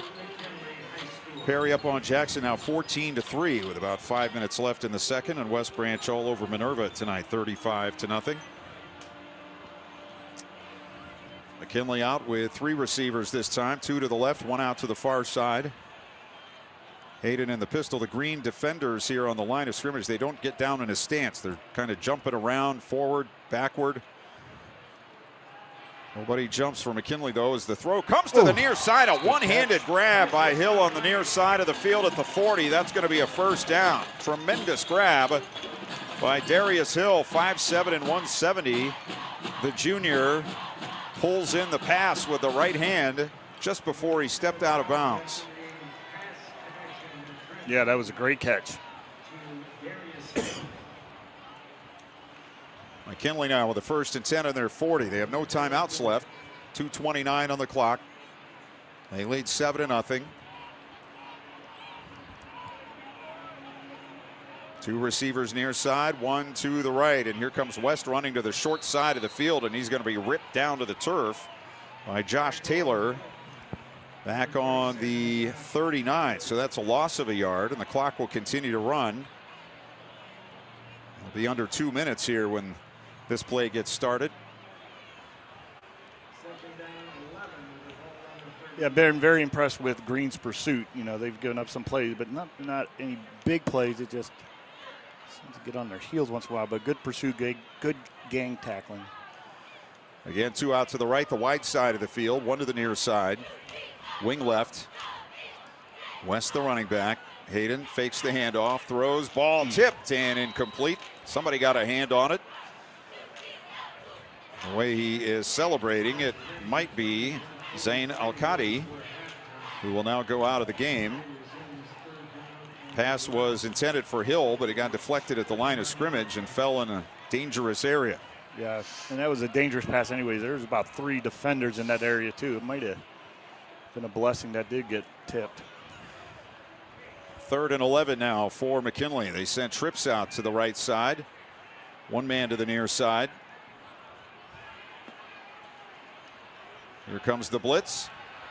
Hayden back, throws it out to the right. Caught in the flat by Finn, and he's dropped for a loss. I think that was Joel Brink over there making the tackle on Elijah Finn in space, and they'll mark him back on the 37, so they'll lose a couple more. And now Green will take a timeout with 1:27 left in the half. 2 good plays on that, starting offensively. A great pickup on the blitz by West. You don't have to be real physical as a running back blocking. You just need to make him get upfield so the quarterback can step up. So he did a great job there, and then a great open field tackle for sure outside. Northwest and Lake 7-7. As the Blue Streaks get a 77-yard touchdown pass for the tying score. Hoover up on GlenOak at halftime, 14-7. Alliance 27, Salem 14. That game being played over at Karas Stadium at Mount Union.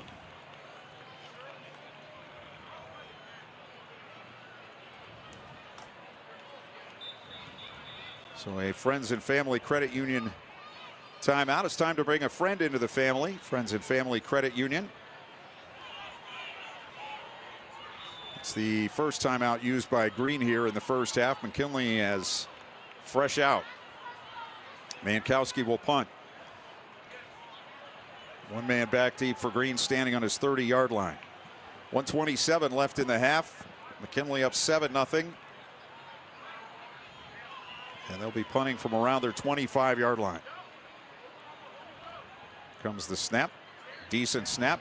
Rushes on. The kick is away. It's taken on the 30. And a missed tackle. 35, 36, 37-yard line. I think that's Ben Bronick.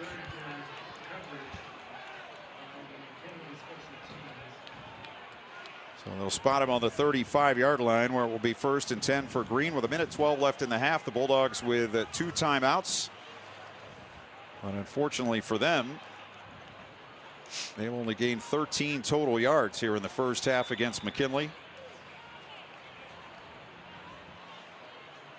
It's probably one of the best special teams plays I've seen tonight by the punter. They're getting that punt off quick. They were bringing the house, so that was a great job just getting that ball out, and quick line drive, and then the great coverage downfield.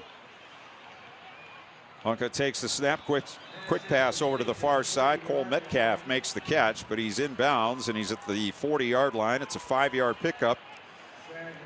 Green with 2 timeouts. Now we're down to a minute left in the half. Honka alone in the backfield. Now he's running around, and he's going to be brought down back on the 36-yard line. That looked like a designed run, and McKinley was all over it. And Green going backwards there to the 36. It'll be 3rd and 9, and the clock continues to run. Yeah, that was for sure a design run. The tackle was about 8 yards down the field, so they're looking just kind of a quarterback draw, just trying to find a hole, and McKinley's done a great job on that play tonight. They've tried to run that 3 times now. Now we're down to 22 seconds, 14 on the play clock. Honka back in the pistol on 3rd and 9. Wants to throw, has time, looking left, steps up, flips it downfield, caught at the 50 and out of bounds on the McKinley 45 with a 1st down. I believe that was Aiden Rice on the catch for Green. And that will be a 1st down in McKinley territory on the 45, but only 11 seconds and 2 timeouts here for Green. They look to the far side for the play.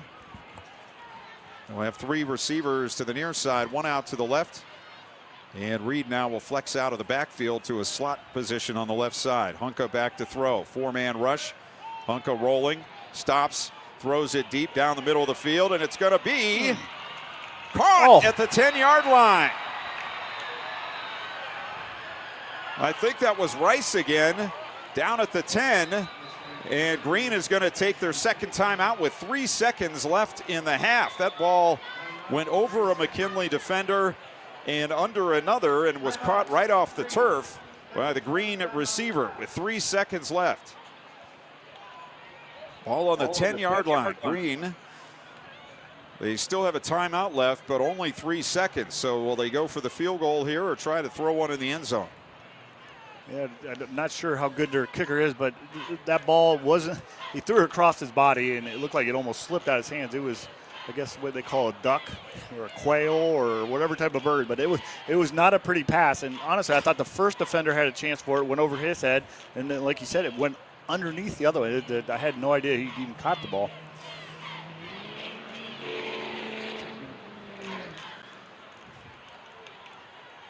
It looks like they are going to try a field goal. Logan Norrut is the kicker. He's 3 for 3 this season. 1 each between the 10 and 20, 20 and 30, and 30 and 40. No, we don't have yardages on them. It's like a long of 31. Caden Heimberger is the holder. This to try to get Green on the board just before halftime. Snapback is good. Ball down, kick is up and through. And we have reached halftime at Tom Benson Hall of Fame Stadium. And on the last play of the first half, Green with a field goal of 27 yards. And so our halftime score is Canton McKinley 7 and Green 3. An interesting first half. Neither team really able to get going offensively. Some special teams mishaps on either side. But we are very close to even as the teams head for the locker rooms. So the band show is about ready to go. And we will send it back to the studios. We'll have halftime news for you. We'll also have scores of other games. We'll have our schedule for next week, and we'll also tell you our scout team player of the week for Canton McKinley. That's all coming up during the break. So we'll take a timeout here, send it back to the studios. Again, our halftime score, Canton McKinley 7, Green 3. You're listening to High School Football, presented by the Sarshone Auto Group on Q92. RG Drag, Stark County's premier career center, offers programs that prepares its students at the high school level for careers and continued education beyond high school. Upon completion, RG Drag students have an immediate opportunity to obtain a well-paying job in many exciting career fields. We offer everything from culinary, dental assisting, engineering, sports turf and landscape, welding, and so much more. Contact RG Drag to find a program and career that's the perfect fit for you. RG Drag, where careers begin. Are you looking to add beauty, privacy, and year-round greenery to your property? Smith Evergreen Nursery is a family-owned local grower of premium evergreens, perfect for privacy screens, windbreaks, and stunning landscaping. They grow what they sell, so you'll get healthy, long-lasting trees straight from the source. Call 330-575-2479, visit smithevergreen.com, or find Smith Evergreen Nursery on Facebook. Smith Evergreen Nursery, farm to yard.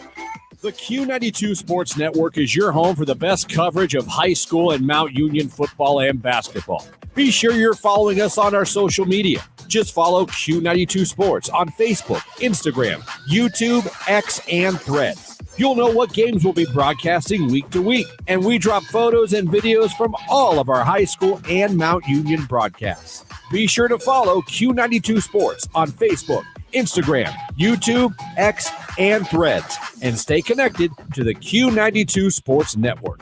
From the newsroom, I'm Jeff Mears with this halftime edition of Q92 News. A man has been charged with arson in a fire that damaged a vacant Alliance building. 41-year-old Thomas Jansel of Alliance was also charged with criminal trespassing in the blaze in the 100 block of East Main Street. Firefighters from Alliance and Sebring put out the fire Thursday morning. The building formerly housed pipe organ manufacturer Hill Green Lane and Company, founded in 1898. It closed in 1972. The building has been used by other businesses but has been vacant for decades. 3 years in prison for a Canton woman who stabbed her daughter to death. 49-year-old Terry Niner pleaded guilty to involuntary manslaughter and negligent assault in the July 10th slaying of 32-year-old Ayla Mangan. Investigators say Mangan, who had autism, had the knife first. Niner took it from her daughter during a struggle at a 20th Street Northeast home, during which the younger woman was stabbed. A Stark County grand jury earlier declined to indict Niner on murder and felonious assault charges. She can seek early release after about 1 year. A Stark County grand jury has indicted a man who caused a missing adult alert. Police say 31-year-old Kayla Giltz was taken in a vehicle at knife point from a motel on Sunset Strip Avenue Northwest by 38-year-old Jamie Triplett of Canton, September 17th. The pair were found at the Perry Inn on Lincoln Way East in Perry Township the following morning. Triplett was indicted on charges including aggravated robbery, kidnapping, disrupting public service, and aggravated menacing. The charges include a repeat violent offender specification from 2012. Triplett had been granted early release on those charges in February. A Wellsville man pleads guilty to charges of obstructing justice and tampering with evidence stemming from a murder in the village. 41-year-old Brandon Kessler entered the plea September 19th in Columbiana County Common Pleas Court. Sentencing is scheduled for November 21st. Prosecutors said Kessler lied to police investigating the slaying of 30-year-old Robert Heron of East Liverpool. He was found shot to death behind a garage on 10th Street in September 2024. 34-year-old Gino Wall of Steubenville is on trial for related charges, including aggravated murder. Kessler testified Thursday he threw the alleged murder weapon into the Ohio River at Wellsville. He said Wall told him to get rid of it. The Columbiana County Port Authority officially has a new executive director. Brittany Smith was named to the post Monday by the Board of Directors. She succeeds Penny Trena, who retired April 1st. Smith joined the Port Authority in 2018 as Finance and Grant Coordinator and was promoted to Assistant Director 3 years later. She is a graduate of Salem High School and Mount Union. More news after this. The Q92 Sports Network brings you more high school football and basketball games than anyone else, by far. But did you know that you can go back and listen to our broadcast again? Simply go to the Q92 radio page on SoundCloud. We posted the games we broadcast for everyone to go back and relive. We have playlists filled with our high school football broadcasts from 2016 to this season. So go to SoundCloud now, follow Q92 Radio, and listen. And thank you for listening to all of our sports broadcasts of high school football and basketball on the Q92 Sports Network.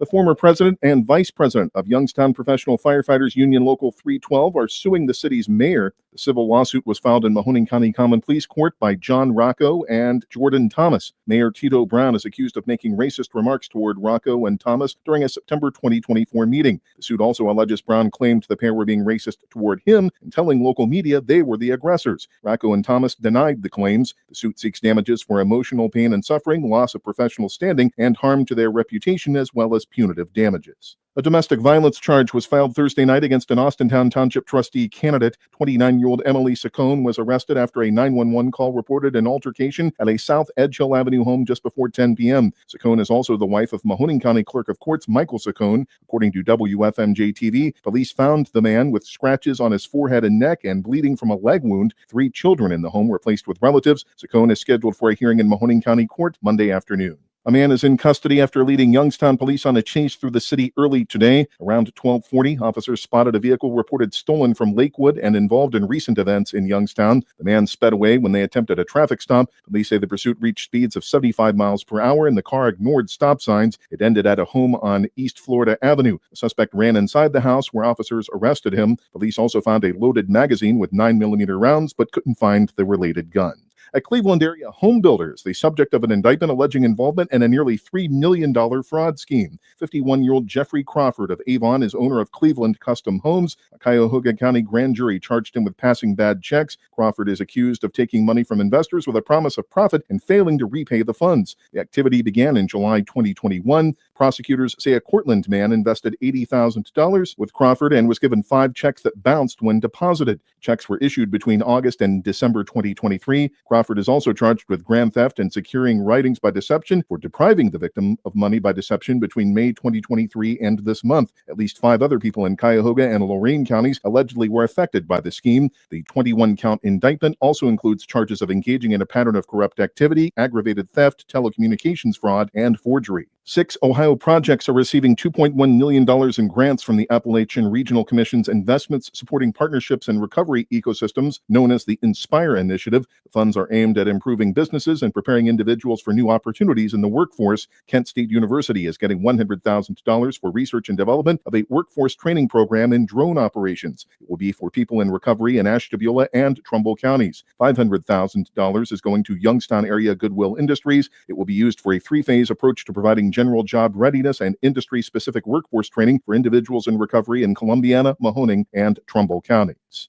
We'll return you to the stadium for the second half of tonight's game, but first a look at the forecast. For the overnight, patchy fog, otherwise partly cloudy skies, and a low near 54. A mix of sun and clouds Saturday with a high reaching 78. Sunday, sunshine, a high of 82. From the Q92 newsroom, I'm Jeff Mears. What's trending? Here's what you can find online. Q92radiosports.com is the official website of the Q92 Sports Network. It's also your home for all of our high school and University of Mount Union football and basketball games. It's where you can stream games live. Go to our SoundCloud page to relive games from the past. You can check out our upcoming broadcast schedule, get scores from around the area, and find your local sports news. It's all just a click away at Q92radiosports.com. Dreaming of your next getaway? Lisa's Dream Getaways Travel Agency is a locally woman-owned travel agency helping you see the world. Lisa books any and all types of travel, honeymoons, all-inclusive, cruises, Disney, along with bachelor and bachelorette trips and destination weddings with low deposit, and you set your monthly payments. Mention Q92 to get $50 on board cruise, credit, cabin, or $150 off your non-canceled vacation or honeymoon. Call 330-428-0610. Lisa's Dream Getaways Travel Agency. If you don't go, you won't know. Northeast Ohio knows football, and Sarshone Auto Group knows Northeast Ohio. As an official partner of the Cleveland Browns, Sarshone Auto Group serves our community with the best selection and the best service. From Ford, Chevy, Chrysler, Dodge, Jeep, Ram, and more. From the toughest trucks to the SUVs that fit your family. Sarshone Auto Group, an official partner of the Cleveland Browns, and the place where Northeast Ohio comes to drive. Visit Sarshone.com. This is high school football presented by Sarshone Auto Group on Q92 and the Q92 Sports Network. Halftime from Tom Benson Hall of Fame Stadium. Clint Scroggs, Brian Beatty, Sammy Beatty with you from Hall of Fame Stadium.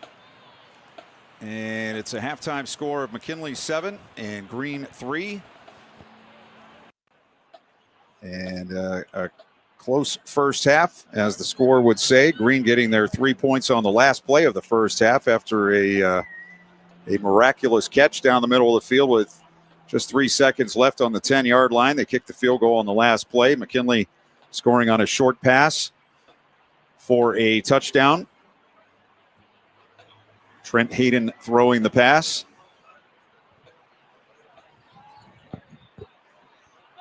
And that put the Bulldogs up by a score of 7-0. All the scoring coming in the second quarter. Darius Hill took in the 8-yard TD pass from Trent Hayden to put the Bulldogs on top. Other scores of high school games so far tonight at the half. Louisville leading Central 7-0. Triway 24, Fairless 7. Northwest and Lake are tied at 7. Marlington and Carrollton are tied at 7. Hoover 14, GlenOak 7. Perry leading Jackson at the half, 14-3. Newcomerstown on top of East Canton, 16-0 in the second quarter. Manchester leading Tuslaw 21-0.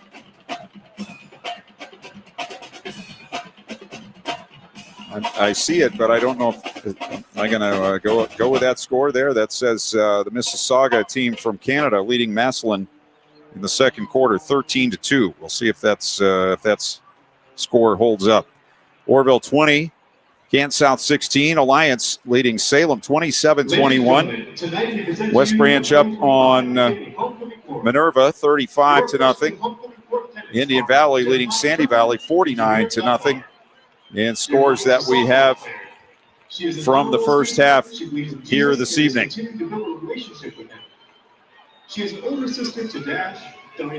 Just a few moments, we'll have the Scout Team Player of the Week for you. But right now, I'll tell you what we got going next week, which will be week 7 of the high school football season next week. Brian and I are scheduled to be at Lake for the Blue Streaks and the Jackson Polar Bears. Other games on the Score 7 Friday night next week would be Carrollton at Alliance, McKinley at Hoover, GlenOak at Green, Fitch at Perry, Akron Manchester at Fairless, and Orville at Northwest. That's our schedule for next week, which would be week 7 of the 2025 season. Got your Scout Team Player ready over there, Coach? All right. Yes, sir, I do. Go for it. Every week we try to we ask the coaches if they have somebody from the Scout team that they want to spotlight, and had a chance to talk with Renzi Parnell this week, the head coach at Canton McKinley. Didn't get a chance to talk with Mark Geist, but the McKinley coach very happy to give us a name. And who was that name? Yeah, it was junior number 41, Jaden Johnson.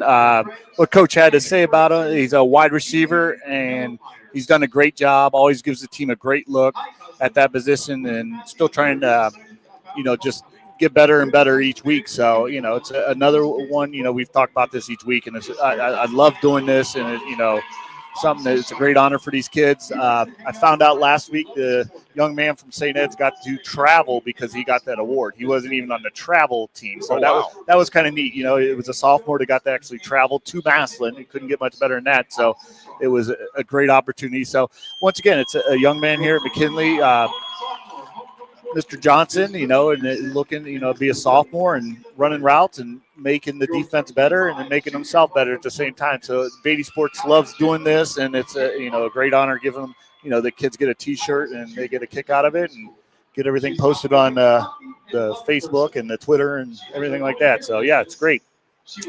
All right, congratulations, and congratulations to those folks being honored tonight for homecoming here at McKinley, as the band and the homecoming honorees are out on the field.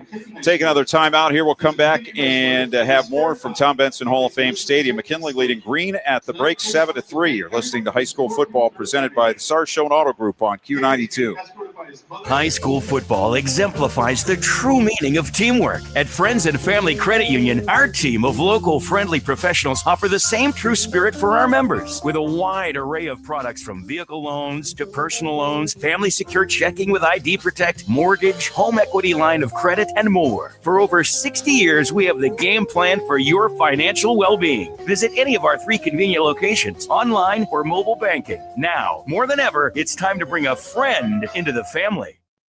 Go back and relive all the action with Q92 Sports on SoundCloud. Whether it's high school or University of Mount Union football and basketball, we've got you covered from 2016 through today. Catch every thrilling game and heart-pounding moment anytime you want. Q92 Sports is your go-to for local sports action. Find us on SoundCloud at Q92 Radio, and don't forget to stream all of our games live on Friday night at Q92Radiosports.com.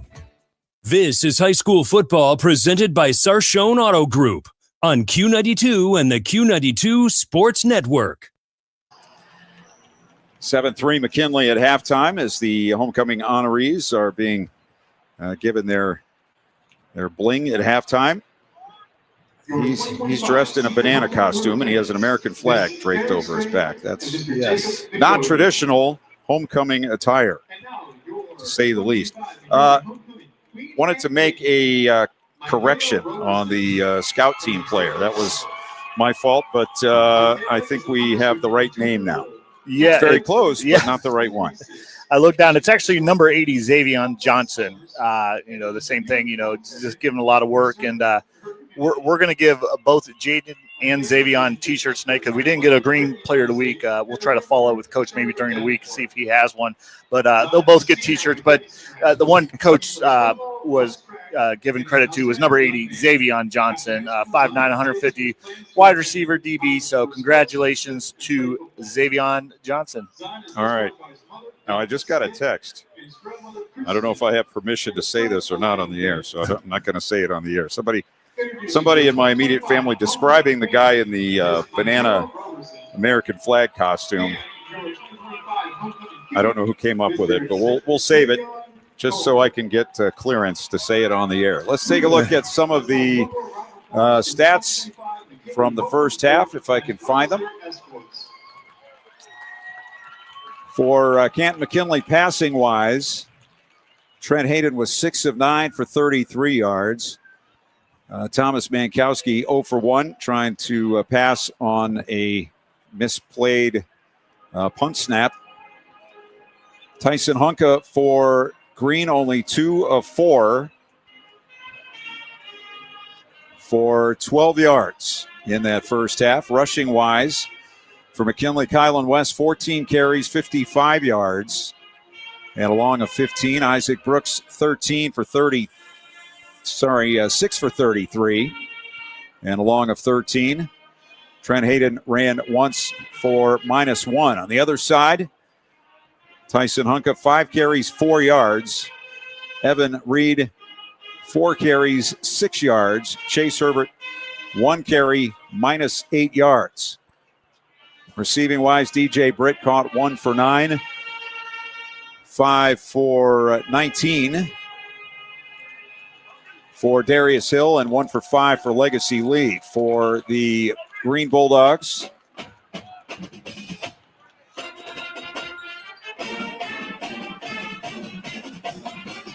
don't have that number right now, but we'll check that out. For Green, Ben Bronick had 1 catch for 7. Cole Metcalf 1 for 5. And not sure where the long catch is right before halftime. We'll see if we can find that. There it is. Aiden Rice caught 2 for 54 in the first half, including a 35-yarder. And I did get permission because apparently it was part of his introduction. The fellow with the banana costume and the flag on his back called himself the Potassium Patriot. There you go. As you will. Yes. Today's society. The McKinley band is headed off the field.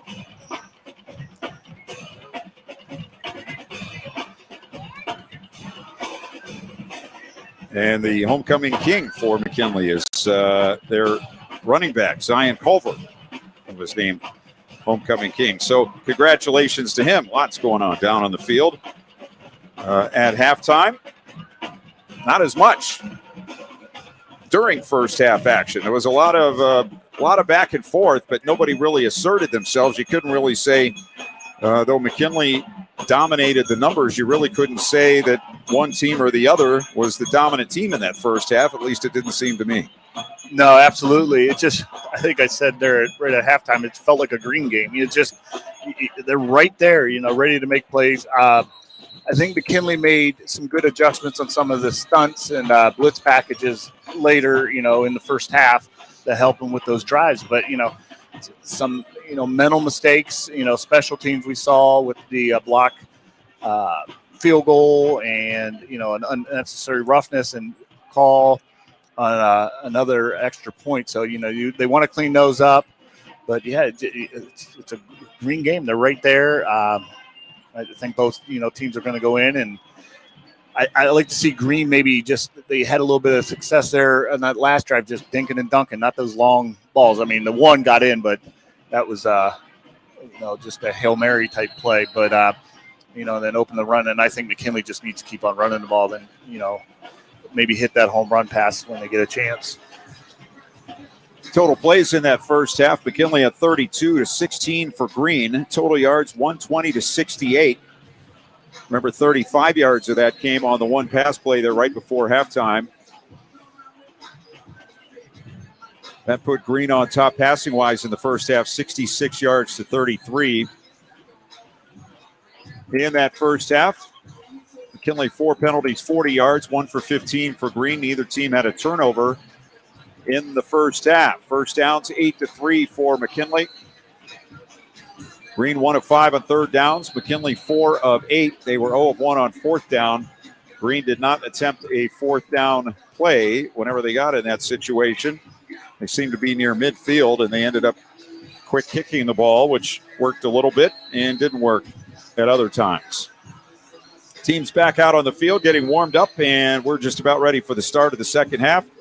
We'll take another timeout. We'll come back for second half action as McKinley leads Green at the break 7-3. You're listening to High School Football presented by the Sarshone Auto Group on Q92. Go back and relive all the action with Q92 Sports on SoundCloud. Whether it's high school or University of Mount Union football and basketball, we've got you covered from 2016 through today. Catch every thrilling game and heart-pounding moment anytime you want. Q92 Sports is your go-to for local sports action. Find us on SoundCloud at Q92 Radio, and don't forget to stream all of our games live on Friday night at Q92radiosports.com. What's trending? Here's what you can find online. Q92radiosports.com is the official website of the Q92 Sports Network. It's also your home for all of our high school and University of Mount Union football and basketball games. It's where you can stream games live. Go to our SoundCloud page to relive games from the past. You can check out our upcoming broadcast schedule, get scores from around the area, and find your local sports news. It's all just a click away at Q92radiosports.com. This is high school football presented by Sarshone Auto Group on Q92 and the Q92 Sports Network. Green will receive the second half kickoff. They trail 7-3. They got points on their last possession of the first half. Getting a 27-yard field goal from Logan Neurath.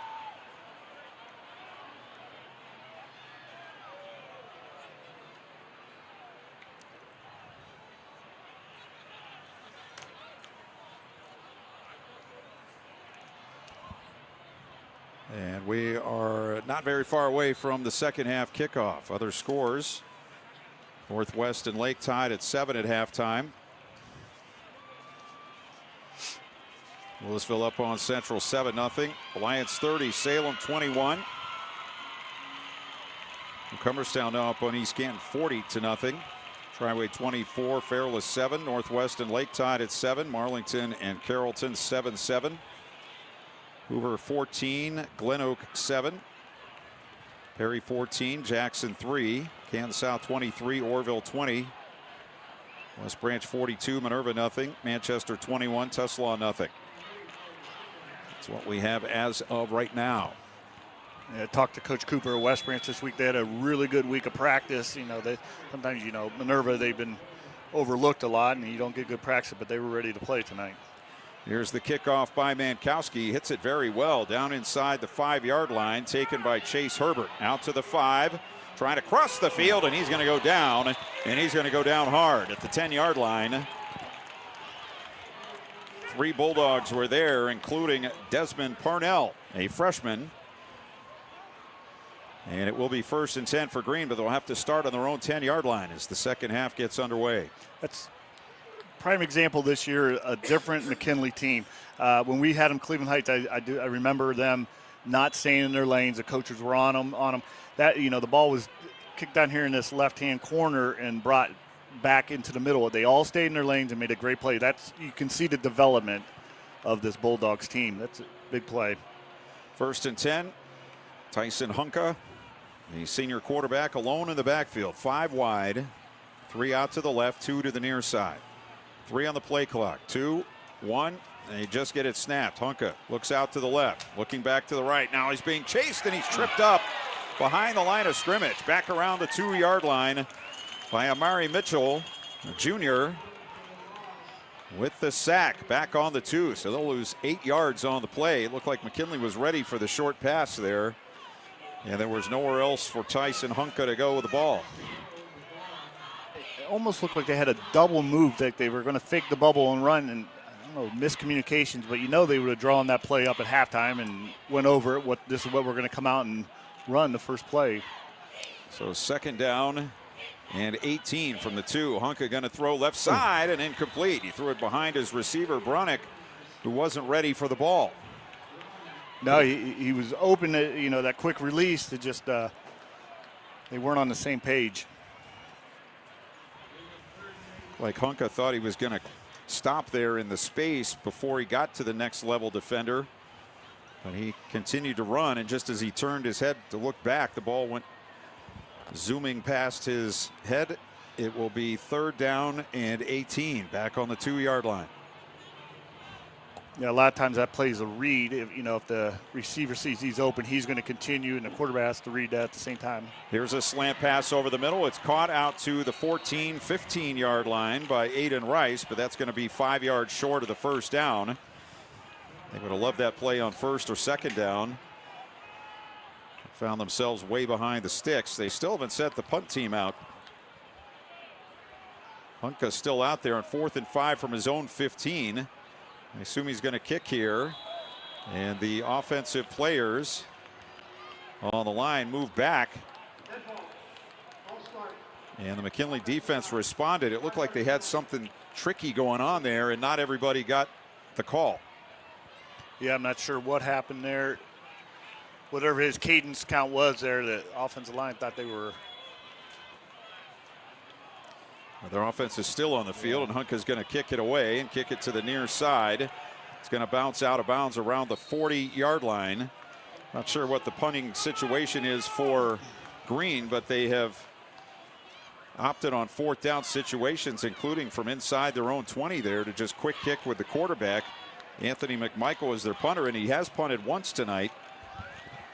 The rest of the time they've gone with the quick kick by the quarterback. That one of 26 yards out to the 41. That's where McKinley, well, now they'll put it on the 42. And now they have to adjust the chains because they were set up at the 41. 10:35 left in the 3rd. McKinley up 7-3, and they'll start on the Green 42-yard line. Definitely not the start the Green wanted at the half here. Hayden hands it off up the middle. West slices through to the 39-yard line, so a pickup of about 3. Looks like there's places to run, and then they close in pretty quickly, as Green, as you said earlier, has been good with the pursuit tonight to close those holes.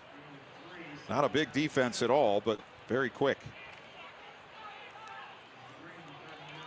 Britt out to the right.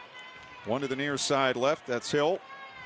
Wing to either side of the formation for McKinley on 2nd and 7. Hayden.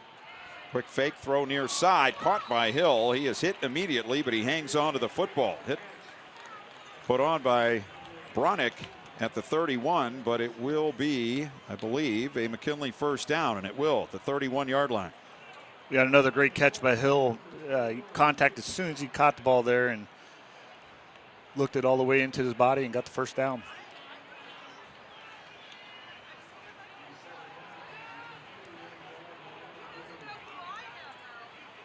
Hill now with his third catch.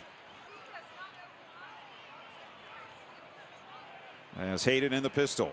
West to his right. Wants to throw. Throwing deep far side inside the 5, and it's incomplete. It hit the defender in the back, it looked like. Jaden Hall running stride for stride with DJ Britt back around the 5-yard line, and had good coverage. It looked like the ball just hit him in the back. Yeah, I threw that across the field, and decent ball, but just a little short. Yeah, good coverage by Green on that play. Second down at 10. Again, Britt will go out to the right. Darius Hill to the near side. Wing each way with Kelly and with Lee. And Hayden takes the snap, hands it off, bouncing it out to the near side as West takes a hit, spins forward to the 29-yard line for a gain of a couple, a painful 2 yards. Another tackle for Zain Al-Khadi. And it's 3rd and 8 now for McKinley on the 29 of Green. 9 minutes to go in the third quarter. 7-3 is our score.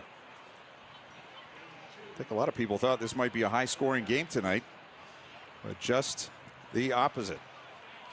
Trips out to the right now for the Bulldogs. One to the near side. West lined up to the left of Hayden in the pistol. 3rd and 8. And comes in motion. It is Finn. They'll hand it to him on the sweep, and he's out of bounds, and he'll lose yardage back to the 30-yard line. They were unable to get him around the corner. Again, the pursuit too fast for Green. It's a loss of a yard, and it's 4th and 9 on the 30. It just feels like one of those Federal League battles, you know, just not a lot of scoring and good defense on both sides pretty much all night. So McKinley's offense stays on the field for a 4th down and 9 play on the Green 30-yard line. Again, they go with the trips to the right. Hill is the outside man. And back to throw. Hayden going to loft it down the middle of the field, and it's incomplete. In the end zone, intended for DJ Britt. Pass just a little bit overthrown. And the Bulldogs are turned away as they're unable to convert on the 3rd or 4th down plays. And Green will have it now on their 30-yard line with 8:28 to go in the 3rd. Well, Green defense there showed a little emotion after that play. You know, fired up. You know, they're just hanging around. And this is a team, you know, with a 1-5 record or 1-4 record. You know, would think it'd be down a little bit. You know, up. You know, oh, here we go again. But you can tell they're just well coached, and they think they can win anytime. They're within one score here in the middle of the 3rd quarter. They give it to Reed, trying to sweep around left end. Runs through one tackle, but he lost his balance and goes down for a 1-yard loss back on the 29. I think that was Shad Davis who got a hand on him in the backfield, and Reed just could not keep his balance. He was stumbling forward and finally went down for a -1 on the play.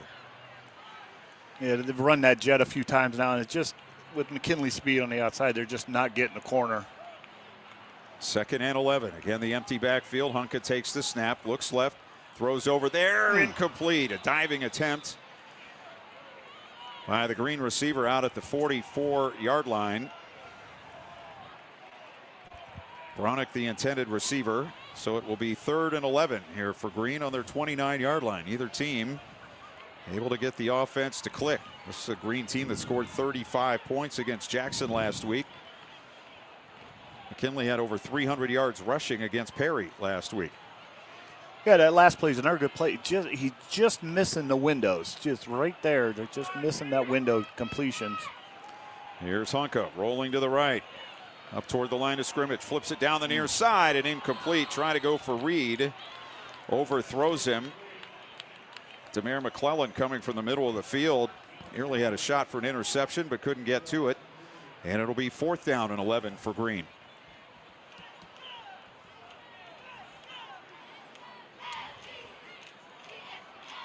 Offense stays on the field.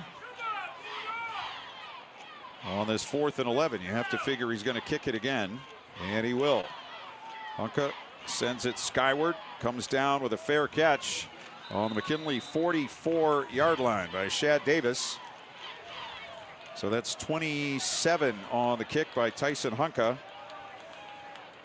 who had kicked it 6 times this year, but he's kicked it all but 1 of their punts tonight. So we have 7:35 left in the third. The score remaining at 7-3 for McKinley. And the Bulldogs will start on their 43-yard line.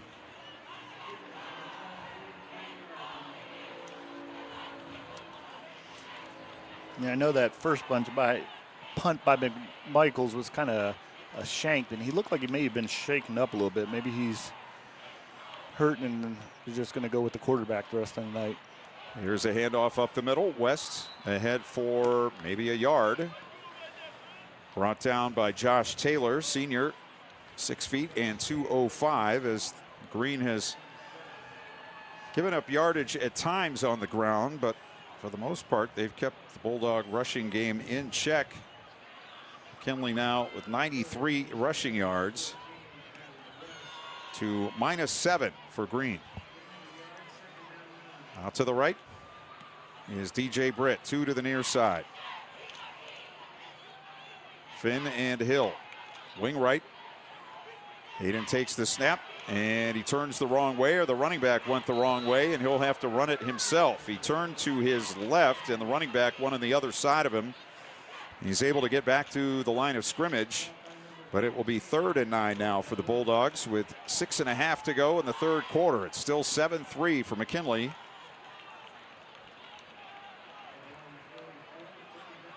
A little miscommunication which way the back was supposed to go there. Being a running back coach, we'll blame the quarterback on that one. Legacy Lee lines up as a wing to the near side left. They have 2 receivers out to the right. Darius Hill split to the near side. Hayden throws it, and a catch on the turf. It is a catch by Hill. He was laying on the turf, and the ball not very high off the ground, but he was able to pull it in on the 48. It's going to be short of the first down by a yard. So McKinley with a 4th and 1 on the Green 48. That's a nice call by McKinley. They've been blitzing 3rd and long away from the trips all night, so they blitzed away from the trips, and it opened up a little seam there, and he, just short. I think he had to come back to the ball. He was at the distance where he needed the first down, but he had to come back because the ball was a little short. 10 of the play clock. McKinley going for it on 4th down and 1. They will run it up the middle, and they hit him behind the line, but he's able to get away, and out to the right side goes Brooks around the corner to the 40, 35, and finally out of bounds inside the 30. They'll mark him on the 26-yard line. Isaac Brooks, the bigger of the 2 backs, got hit around the line of scrimmage, bounced off, and then went around the right end for big yardage. Yeah, Brooks, you're going to have to wrap him up. Green initially had nice contact right at the line of scrimmage. They were actually pointing where they thought the ball was going, and you got to wrap. You just can't. Brooks a little bit stronger and bounced right off those tackles. He'll get it again up the middle. This time he's hit around the line, and gang tackling by Green will stop him. Well, they haven't blown the whistle yet. He's still going. They're still pushing, and they finally end up out of bounds. They went from the hash marks all the way out of bounds on the far side of the field. That's kind of that's the downside of allowing the linemen to push. Yeah. They're pushing both directions. The play is still moving sideways in this case, and it went on much longer than it should have. It ended up being a 3-yard gain down to the 23-yard line. Yeah, that play, I wish they'd blow that, in the initial. I mean, I like the extra effort and stuff, but that's where you get hurt. I know we saw that week 1 with Berkwin, the Central, the kind of extra push. That's when you got bodies that are not stable and people getting rolled up. 2nd and 7. Play action. Hayden under Blitz pressure, again. and he's down back on the 30, Yeah. but they got the face mask. The flags come out. Caden Warner made the sack, but he grabbed the face mask of the McKinley quarterback. 3 flags come in, and that's going to be a big penalty against Green. Yeah, once again, the blitz from the backside. They were looking to try to go back towards the blitz, but he was right on top of him early. No one picked him up, but yeah, he got his hand up around the helmet. Even if he didn't get the face mask, he was on the head tackling there. That's a big penalty. Put the ball down on the 11-yard line. So it'll be first down. McKinley in the R.G. Drake red zone. 1st and 10 on the 11. 1 out to the right, 2 to the near side. Lee is a wing left. Looks like West back in there at the running back position behind Hayden in the pistol. Stretch play to the left. Hit at the 11 and stopped by number 11. Anthony Swank makes the stop after a 1-yard pickup. 4:45 running clock, 3rd quarter. 7-3 for McKinley. Both teams scoring in the 2nd quarter. Bulldogs on an 8-yard pass and Green on a 27-yard field goal on the last play of the first half. We'll give him 2 on that play. 2nd and 8. Bulldogs to the line of scrimmage, 14 on the play clock. Britt and Finn out to the right, Hill to the near side. Brooks back in at running back. They fake it to him. Hayden back with time. Going to throw for the back of the end zone near side and incomplete, in and out of the hands of Legacy Lee in the back corner of the end zone. A nice throw there by Trent Hayden, but the receiver couldn't hang on.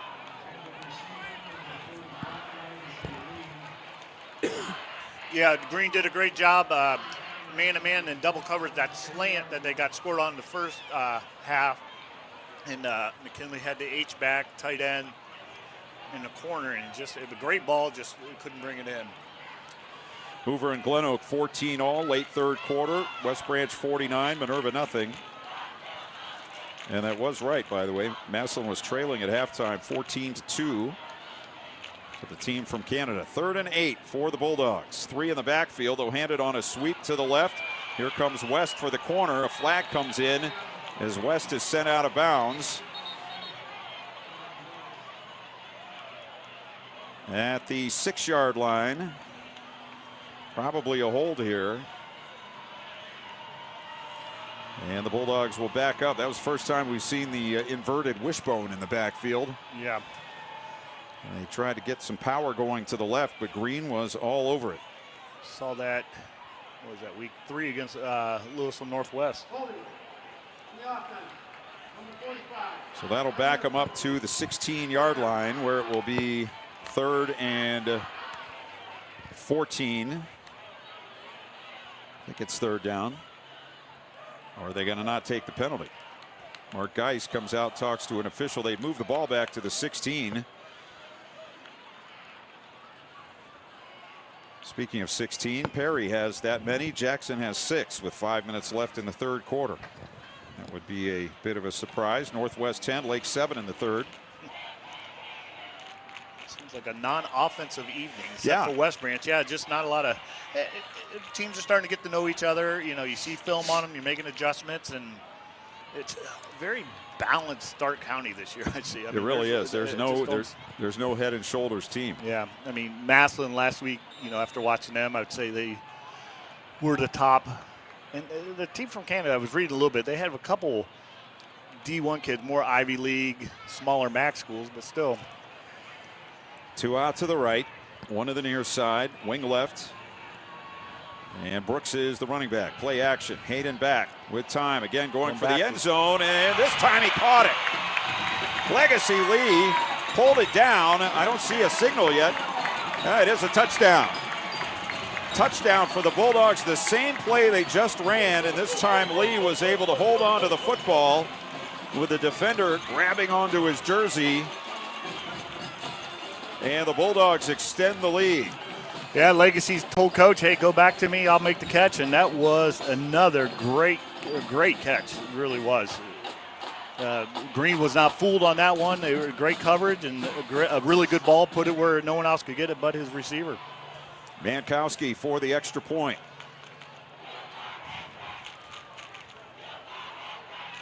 Snap, ball down, kick up and through. 3:56 to go in the third quarter.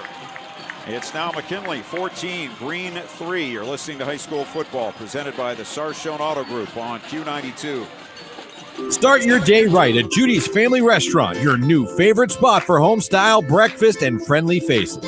We're locally owned and operated with a team that brings you years of experience to every plate. Whether you're craving fluffy pancakes, sizzling bacon, or a hot cup of coffee, we've got you covered. Come taste the difference at Judy's Family Restaurant. Call 234-360-3096 and follow us on Facebook for daily specials and updates. Judy's, where breakfast feels like home. This is High School Football presented by Sarshone Auto Group on Q92 and the Q92 Sports Network.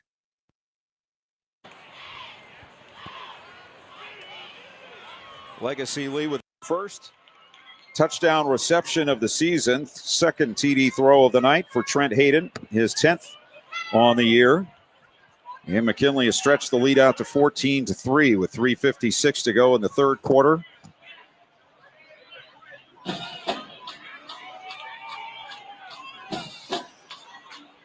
And the Bulldogs will kick it off. The way Green's offense has been moving the ball, this feels like a 3-score advantage right now. So they need to really get something out of this drive, at least flip the field position. Two back deep inside the 5-yard line for Green as Thomas Mankowski gets set to boot it away. Ball in the air. Nice high kick. Going to come down to Reed on the 2-yard line. Reed out to the 15, near side 20, breaks the tackle, still struggling forward, and finally is going to be brought down around the 24, 25-yard line. Last one up for McKinley. Xander Johnson, a sophomore. So it'll be 1st and 10 here for Green. 3:46 left in the third.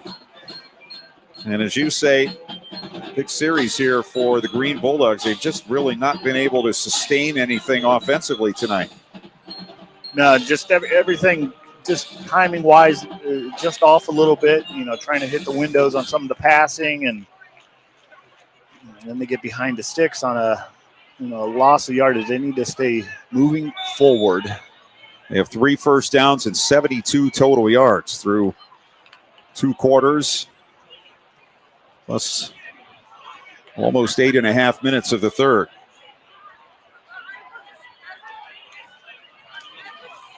Hunka with Reed set up to his left. 4 wide receivers on 1st and 10 from their 24. Man in motion left is Rice. Hunka back, rolling left. Throws it out in the flat. A juggling catch by Rice, but he has to go down to the turf to get it, and they'll mark him on the 28-yard line. That's a 4-yard gain. Hunka now 6 of 11 for 83 yards. There's still negative numbers on the rushing ledger. 2nd and 6. Hunka alone this time in the backfield with 5 wides. Looks left. Now he's going to run right, and he's going to go down. They'll bring him down on the 25-yard line. Javier Moore is celebrating as he comes out.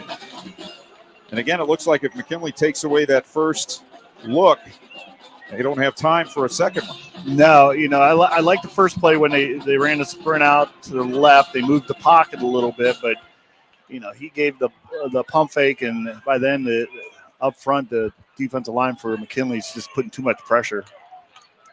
Back to throw again. Hunka on 3rd and 9. Spins out of the pocket. Now he's going to be dropped back at the 10. Colin Hinkle gets home for McKinley. They'll spot him on the 12. And it's a very quick 3 and out for Green, as they will have 4th down and 22 from their own 12-yard line. Number 11 Moore, another great pass rush. He might not have actually got the sack, but he's collapsed in the pocket for them. And it just they're athletes on the outside right now. The tackles from Green just can't keep up with them. I think that's Cam Warner who's out to punt now. They don't have Hunka in to kick it from the quarterback position. Good snap. Ball back, and the kick is a wobbler to the near side. Takes a right turn, and it's finally downed by Green on the 39-yard line. So that's only going to be a 27-yard punt, and McKinley again will have great field position as they have most of this evening, as the Green punting game is struggling. And the fact that they're not getting any first downs, that becomes a much bigger factor. Yeah, and then they, not be able to switch, flip the field here, and short field for McKinley. All on the 39.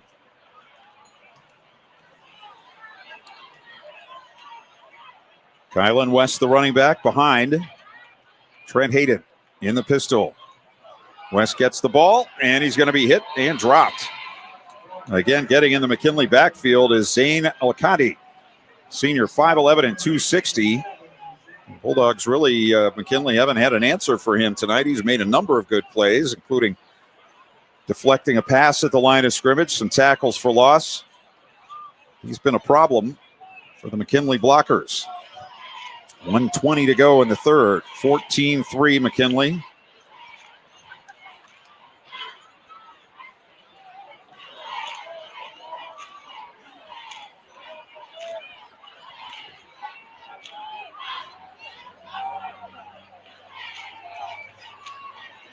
Second down and 11. Hayden looks left, throws to the sideline. Hill catches and goes out of bounds on the 32. Escorted out by Ben Bronick. It is 3 yards short of the first down. And we're under a minute left in the third. 56 seconds, clock stopped. McKinley will have a 3rd and 3 after the 8-yard pickup.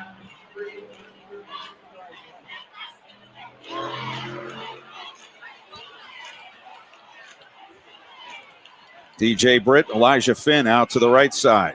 Darius Hill to the near side left. Lee is a wing to that side. West in the backfield. Going to throw it to the far side. Caught by Britt on the 21-yard line. Fights away from a tackle to the outside of the 20, to the 10, and out of bounds inside the 10-yard line. They'll spot him on the 6. DJ Britt, the senior, got open. The pass was on target. And then he did the rest. 1st and goal inside the R.G. Drake red zone for McKinley with 47 seconds to go in the third quarter. That's that yak stat, yard after catch. That was a nice stiff arm after he caught it and got the additional yards that he needed. From the 6, 1st and goal. Time Adonis Kelly is in as the wing. They have Lee lined up as a tight end, and they give it right up the middle. West to the 5, to the goal line, and he's in for the McKinley touchdown. Kylan West with his 6th rushing touchdown of the year. It comes from 6 yards out, and McKinley has added to their lead.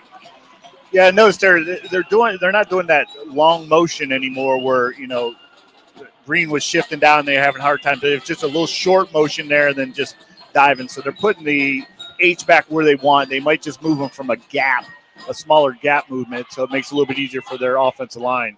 Good adjustment to have for McKinley. Vankowski for the point after touchdown. Ball on the way, up and through.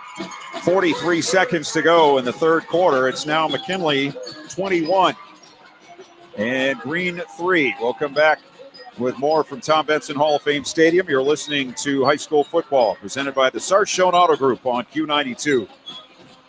RG Drag, Stark County's premier career center, offers programs that prepares its students at the high school level for careers and continued education beyond high school. Upon completion, RG Drag students have an immediate opportunity to obtain a well-paying job in many exciting career fields. We offer everything from culinary, dental assisting, engineering, sports turf and landscape, welding, and so much more. Contact RG Drag to find a program and career that's the perfect fit for you. RG Drag, where careers begin.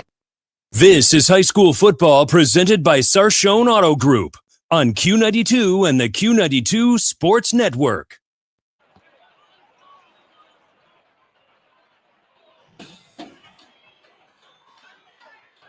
6-yard touchdown run by Kylan West.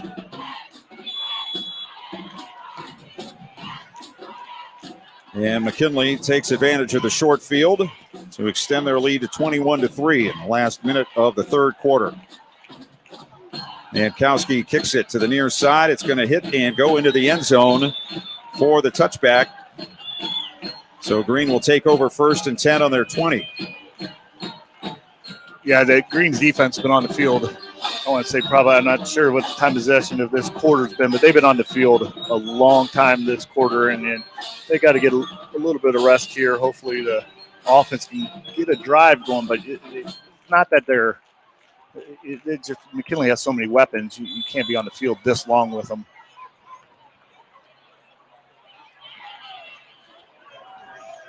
And you saw that last drive. There's a couple missed tackles and stuff that we haven't seen all night. 5 wide for Green on 1st and 10 from their 20. Hunka takes the snap, rolls to his left, steps up, fires, caught, flag down as the receiver dives out across the 30 and out of bounds on the 33. Let's check the flag, which is down inside the 20. And it is a holding call against Green. I don't know if it was a hold or not, but that's completely away. They're moving the pocket, which I think they need to do here. It's kind of a sprint out, not really. It's kind of a half sprint out, and that's just the backside. There's no reason to hold that. Defender's not going to get there. Sometimes I wonder why the official's eyes are even there. I don't know. That's just you think he would be rolling with the progress of the play, but I don't know. On the 10, 1st and 20 now for Green.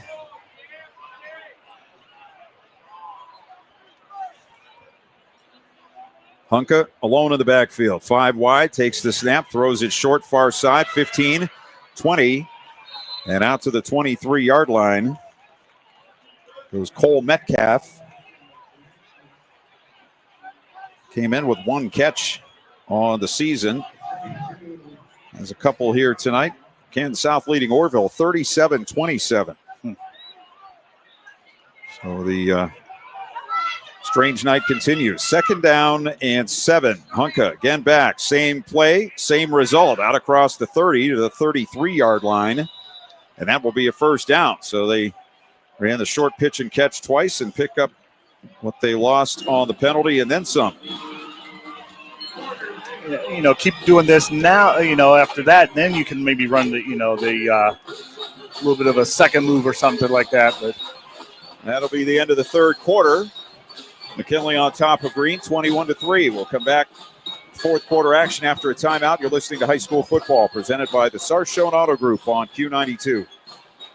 Lilyfield Lane Flowers and Gifts, located at 2830 Cleveland Avenue South, is your go-to florist for every occasion. Homecoming, prom, weddings, birthdays, anniversaries, and memorials. Stop in and take a look at our unique gifts and beautiful custom floral arrangements. We deliver in the Stark County area. Give us a call today at 330-754-6998 and mention Q92 to receive a 20% discount.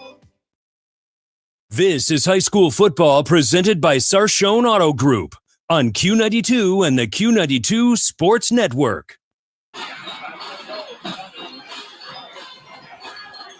Back at Tom Benson Hall of Fame Stadium. Clint Scroggs and Brian Beatty with all the action of a Federal League matchup between McKinley and Green. McKinley with a 21-3 lead as we go to the 4th quarter. Alliance leading Salem 36-28 in the 3rd quarter. So Salem putting up a battle against Alliance as Hunka rolls to the right on 3rd and 10 and runs. On 1st and 10 and runs out to the 35. So he'll get 2 yards on the play. The snap was behind him. He had to turn, get the ball, then get it. Then it just messed up the timing on that. But there at halftime, I tell you what, Coach Parnell talked to his defense. I think he was, he doesn't want him to sit back and relax. And I love that out of Coach, really, get him fired up and say, hey, we got to play this 4th quarter and stop them. He didn't like some of the plays he just picked up. 2nd and 8. Hunka back, looks far side, and the throw high and outside, but a nice catch. Brought down on the 40-yard line Sam Dubravitz, junior receiver. First time we've called his name tonight. He came in with 7 catches on the season. 6'3" and 180. Had to go up and get that one. And the ball on the 40-yard line sets up a 3rd down and 3 here for Green, just underway in the 4th quarter. It just feels like a little bit of rhythm here for Green. Let's see if they can keep this going. Hunka takes the snap. Oh, it went right through his hands. Back inside the 30, and he has to fall on it. Got a flag down here. Back on the 27, flag on the near side of the field, right by the sideline. Just as you say, they were in a rhythm. Yeah. They have that snap situation. They had a 3rd and 3, 3rd and short, and instead now it's going to be 4th down and 15. Yeah, they were lined up wrong anyways, but Hunka just took his eyes off that. I think it was probably a quick pass. He was looking at the receiver. It can happen. Quarterback, receiver, same thing. He just took his eyes off the snap. Green short one on the punt team. Plenty of time on the play clock, though. As again, it is Cam Warner punting, junior. Standing back in his 13-yard line. McKinley receiver standing on the 50. And this kick is a little better out to the far side. Going to take a Green bounce inside the 30 and down to the 29-yard line. So 44 yards on that punt, no return. And McKinley will start at their 29, 1st and 10 with 10:52 remaining and leading 21-3. See if we can check some other scores. 14 all, GlenOak and Hoover. They are halfway through the 4th quarter. Manurva scores against West Branch. They're down 56-6. Carrollton up on Marlington 14-7. Northwest 10. Lake 7 in the 4th. Louisville 14. Central nothing. Manchester 28. Tuslaw 14. Triway 41. Fairless 7. Mississauga 21. Massillon 2. That's in the 3rd quarter. Canton South 37. Orville 27. Here's a handoff up the middle to West. And he gets 1 yard before he is wrapped up and dropped. There's that man again, Zane Alcati, joined by Anthony Swank on the tackle after a gain of 2 to the 31-yard line. 2nd and 8. Indian Valley beats Sandy Valley 56-0. Next week, Brian and I scheduled to be at Lake for a game between the Blue Streaks and the Jackson Polar Bears. 2nd and 8 for the Bulldogs of McKinley on their 31-yard line.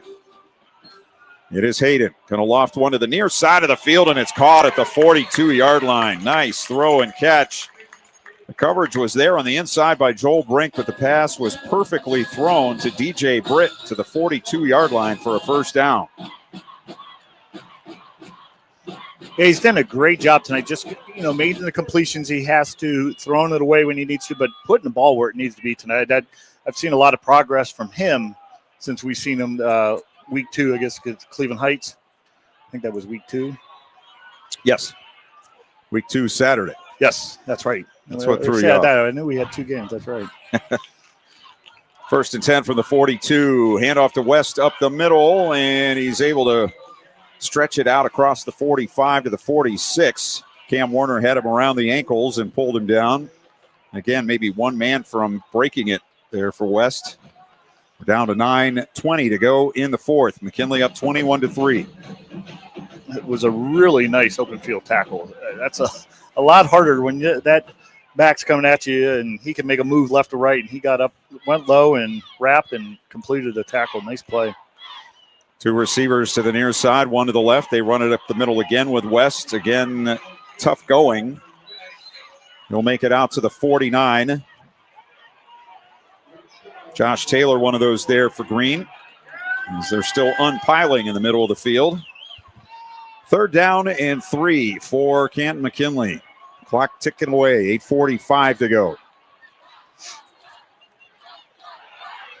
7-3 at halftime. McKinley with 2 scores in the 3rd period. One on the ground, one through the air. Bulldogs taking their time in the huddle. They'll come to the line with 12 on the play clock. Hill out to the left side, Britt to the near side right, and a wing either way. Like a little confusion offensively, and McKinley will call a timeout, their first of the second half. Friends and family credit union timeout. We'll take it with 8:13 left. McKinley on top 21-3. You're listening to high school football presented by the Sarshone Auto Group on the Q92 Sports Network. Go back and relive all the action with Q92 Sports up on 21-3. SoundCloud. Whether it's high school or University of Mount Union football and basketball, we've got you covered from 2016 through today. Catch every thrilling game and heart-pounding moment anytime you want. Q92 Sports is your go-to for local sports action. Find us on SoundCloud at Q92 Radio, and don't forget to stream all of our games live on Friday night at Q92Radiosports.com. This is high school football presented by Sarshone Auto Group on Q92 and the Q92 Sports Network. McKinley uses a timeout on 3rd and 3 from their 49 with 8:13 to go in the fourth quarter. McKinley on top of Green, 21-3, looking for their 5th win in 6 games.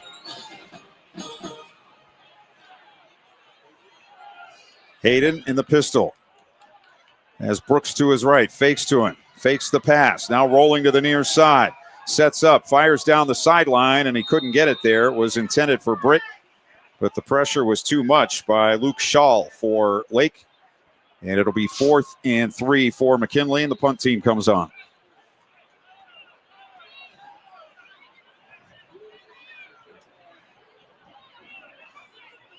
Again, it looked like they had the one option there, and when it wasn't there, he had to do something else. Credit to Hayden for not trying to force that ball in there. Getting rid of the ball, and they're coaching them up there. I think they may have look something out, maybe inside. Mankowski back to punt. It's always interesting being up high. I love watching the coaches in interaction just to see what they're thinking and saying. That's a good punt. Ooh. Rolled all the way into the end zone. The ball hit around the 10, but just took off over the goal line, and a touchback. So Green 1st and 10 on their 20. And good field position. One time, I believe, tonight they took over in plus position or near midfield, but the rest of the night they've been way back deep. They'll start on their 20. Yeah, I think that was on that bad snap on the punt. Had real good field position there and couldn't get anything out of it.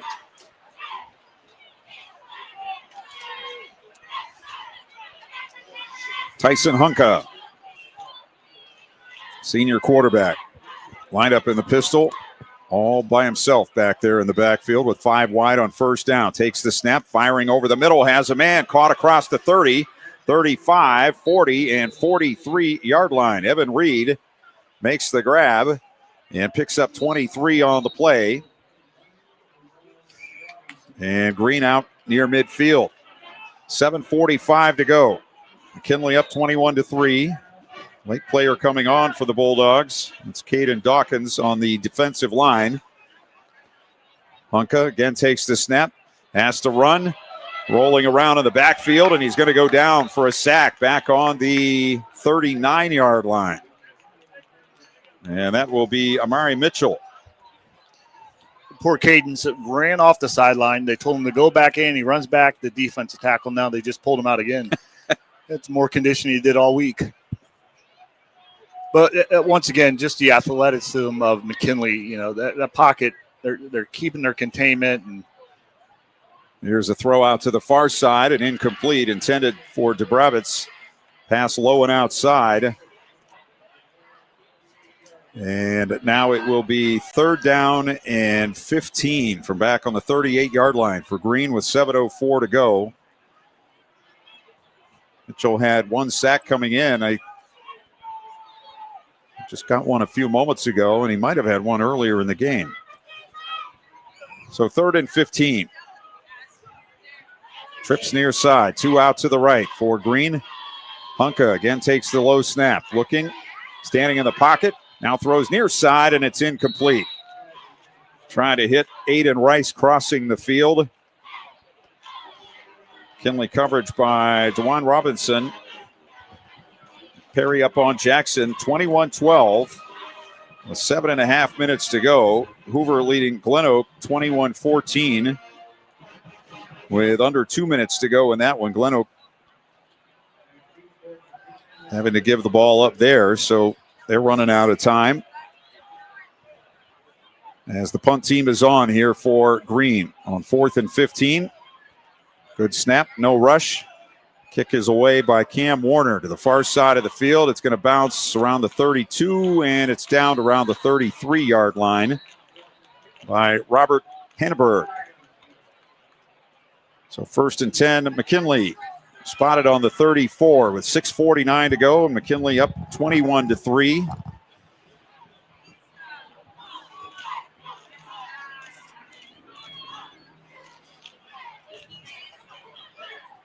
Didn't see a flag, but there was a flag, and it's against Green, a holding call. Next week, McKinley will be at Hoover. A lot of eyes on that game. And Green will be hosting GlenOak next week.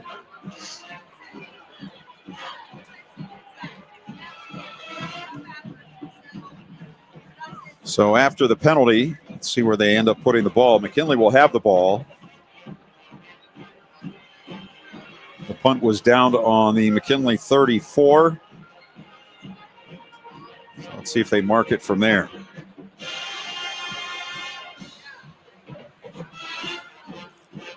They will, and McKinley will have it on their 44-yard line with a 1st and 10. 6:49 remaining.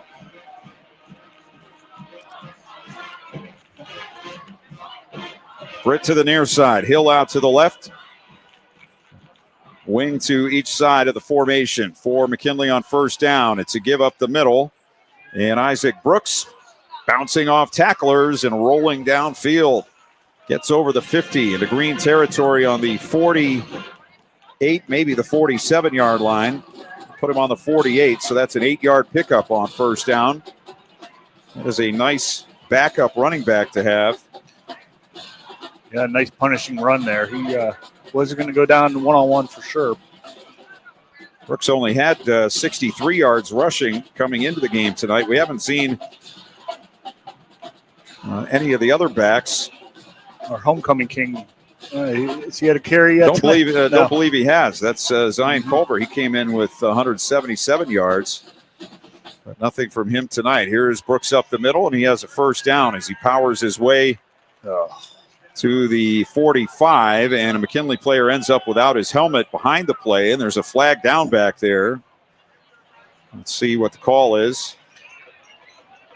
I think 0 Caden Warner. He's been getting a little frustrated. He plays high energy. He got hurt early. He's back in the game. You can tell he's a football player, but just kind of lost his temper there.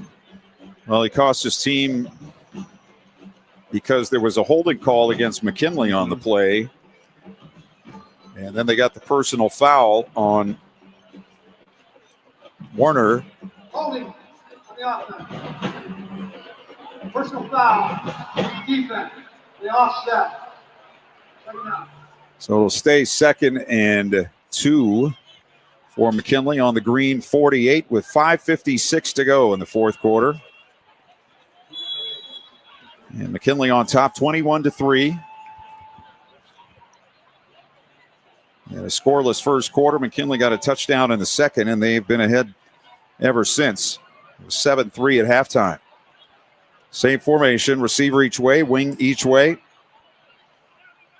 Hayden in the pistol, waiting the snap. Green showing blitz, handoff up the middle. Brooks bounces off a man, tries to bounce to his right and can't do it.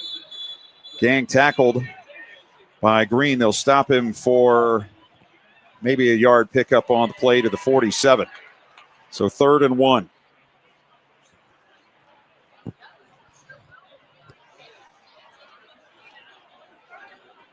McKinley now with 138 yards rushing, and Green with minus 36. A lot of that is sacks. They've also had a number of negative rushing plays. Yeah.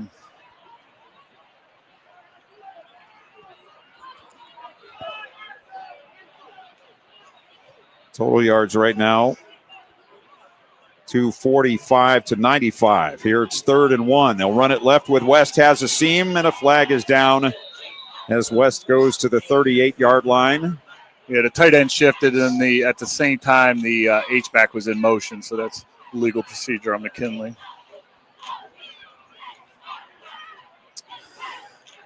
So 2 men moving at the snap, and that will cost McKinley a first down. That'll back them up to their own side of the 50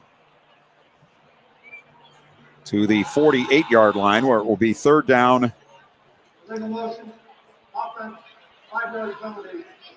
3rd and 6 on their 48. Clock will start, though, 4:35 to go.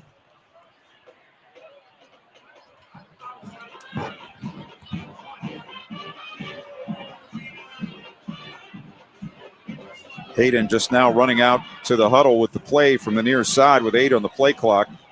Wouldn't be surprised if the Bulldogs have to take a timeout here. There's 5 when they get to the line of scrimmage. They're lined up and they get it snapped. Hayden wants to throw it near side, throws it again, and it's caught at the 40-yard line. DJ Britt slips and goes down on the 39, but he picks up a first down. Covered by Jaden Hall, but another perfect throw by Trent Hayden. And McKinley moves the chains with 4:05 left. Yeah, once again, that ball was released before he was out of his break. Just put it right where it needed to be. He's had a great game. Nothing spectacular stat-wise or anything, but just really leading this offense the way a quarterback needs to be successful. It's time the Bulldogs, McKinley, come out with a tight end left, wing left, receiver each way, 1st and 10 on the green 39. Handoff to West up the middle, bounces off a man, falls forward to around the 37-yard line. 2 yards on the play for West.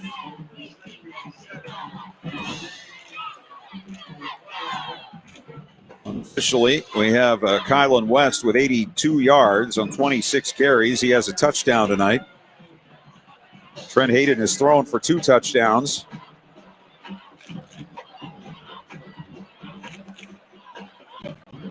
Down to 3:05. Perry leading Jackson 21-19 now with 5:19 to go.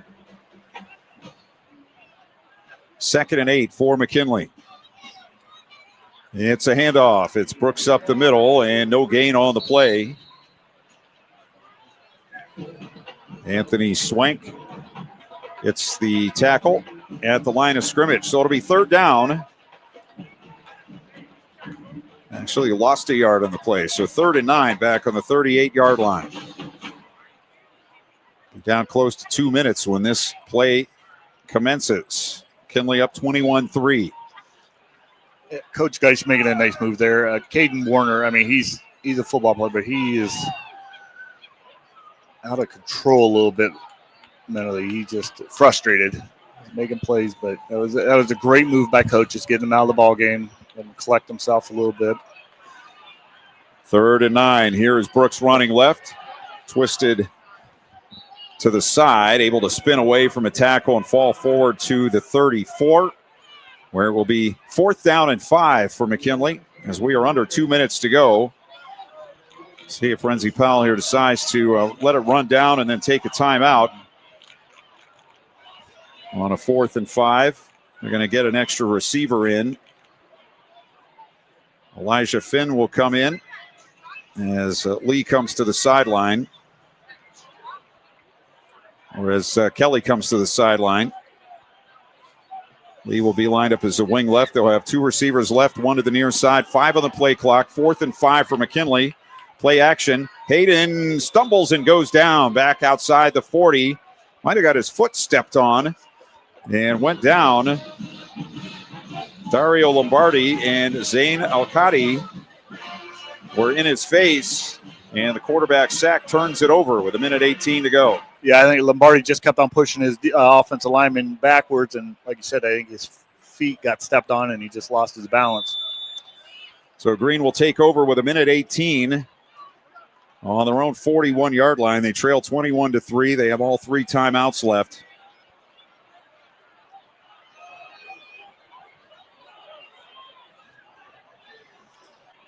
But the McKinley defense has done another stellar job here this evening. They've given up 33 points now in 4 games. If it stays this way, here's a deep throw near side, incomplete. Down inside the 40, intended for Reed. The defender running stride for stride was Demare McClellan, the senior, who broke up the pass. 2nd and 10.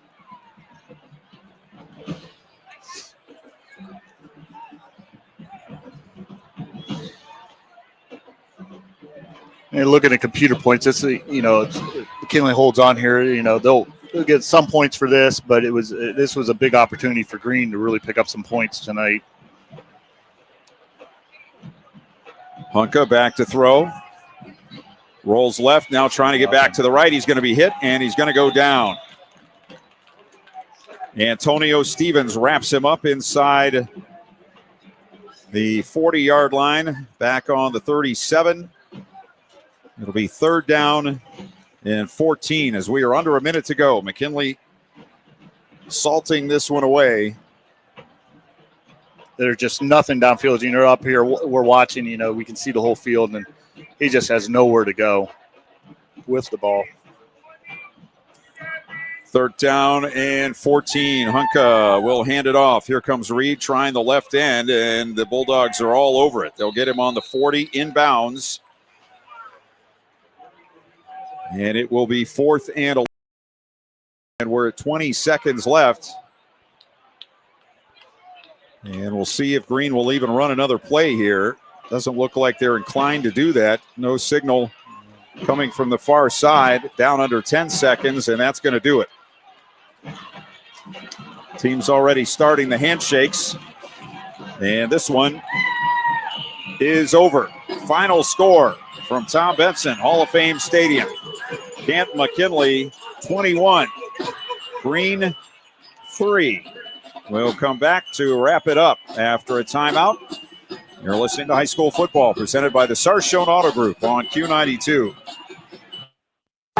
Northeast Ohio knows football, and Sarshone Auto Group knows Northeast Ohio. As an official partner of the Cleveland Browns, Sarshone Auto Group serves our community with the best selection and the best service. From Ford, Chevy, Chrysler, Dodge, Jeep, Ram, and more. From the toughest trucks to the SUVs that fit your family. Sarshone Auto Group, an official partner of the Cleveland Browns, and the place where Northeast Ohio comes to drive. Visit sarshone.com. The Q92 Sports Network is your home for the best coverage of high school and Mount Union football and basketball. Be sure you're following us on our social media. Just follow Q92 Sports on Facebook, Instagram, YouTube, X, and Threads. You'll know what games we'll be broadcasting week to week, and we drop photos and videos from all of our high school and Mount Union broadcasts. Be sure to follow Q92 Sports on Facebook, Instagram, YouTube, X, and Threads, and stay connected to the Q92 Sports Network. This is high school football presented by Sarshone Auto Group on Q92 and the Q92 Sports Network.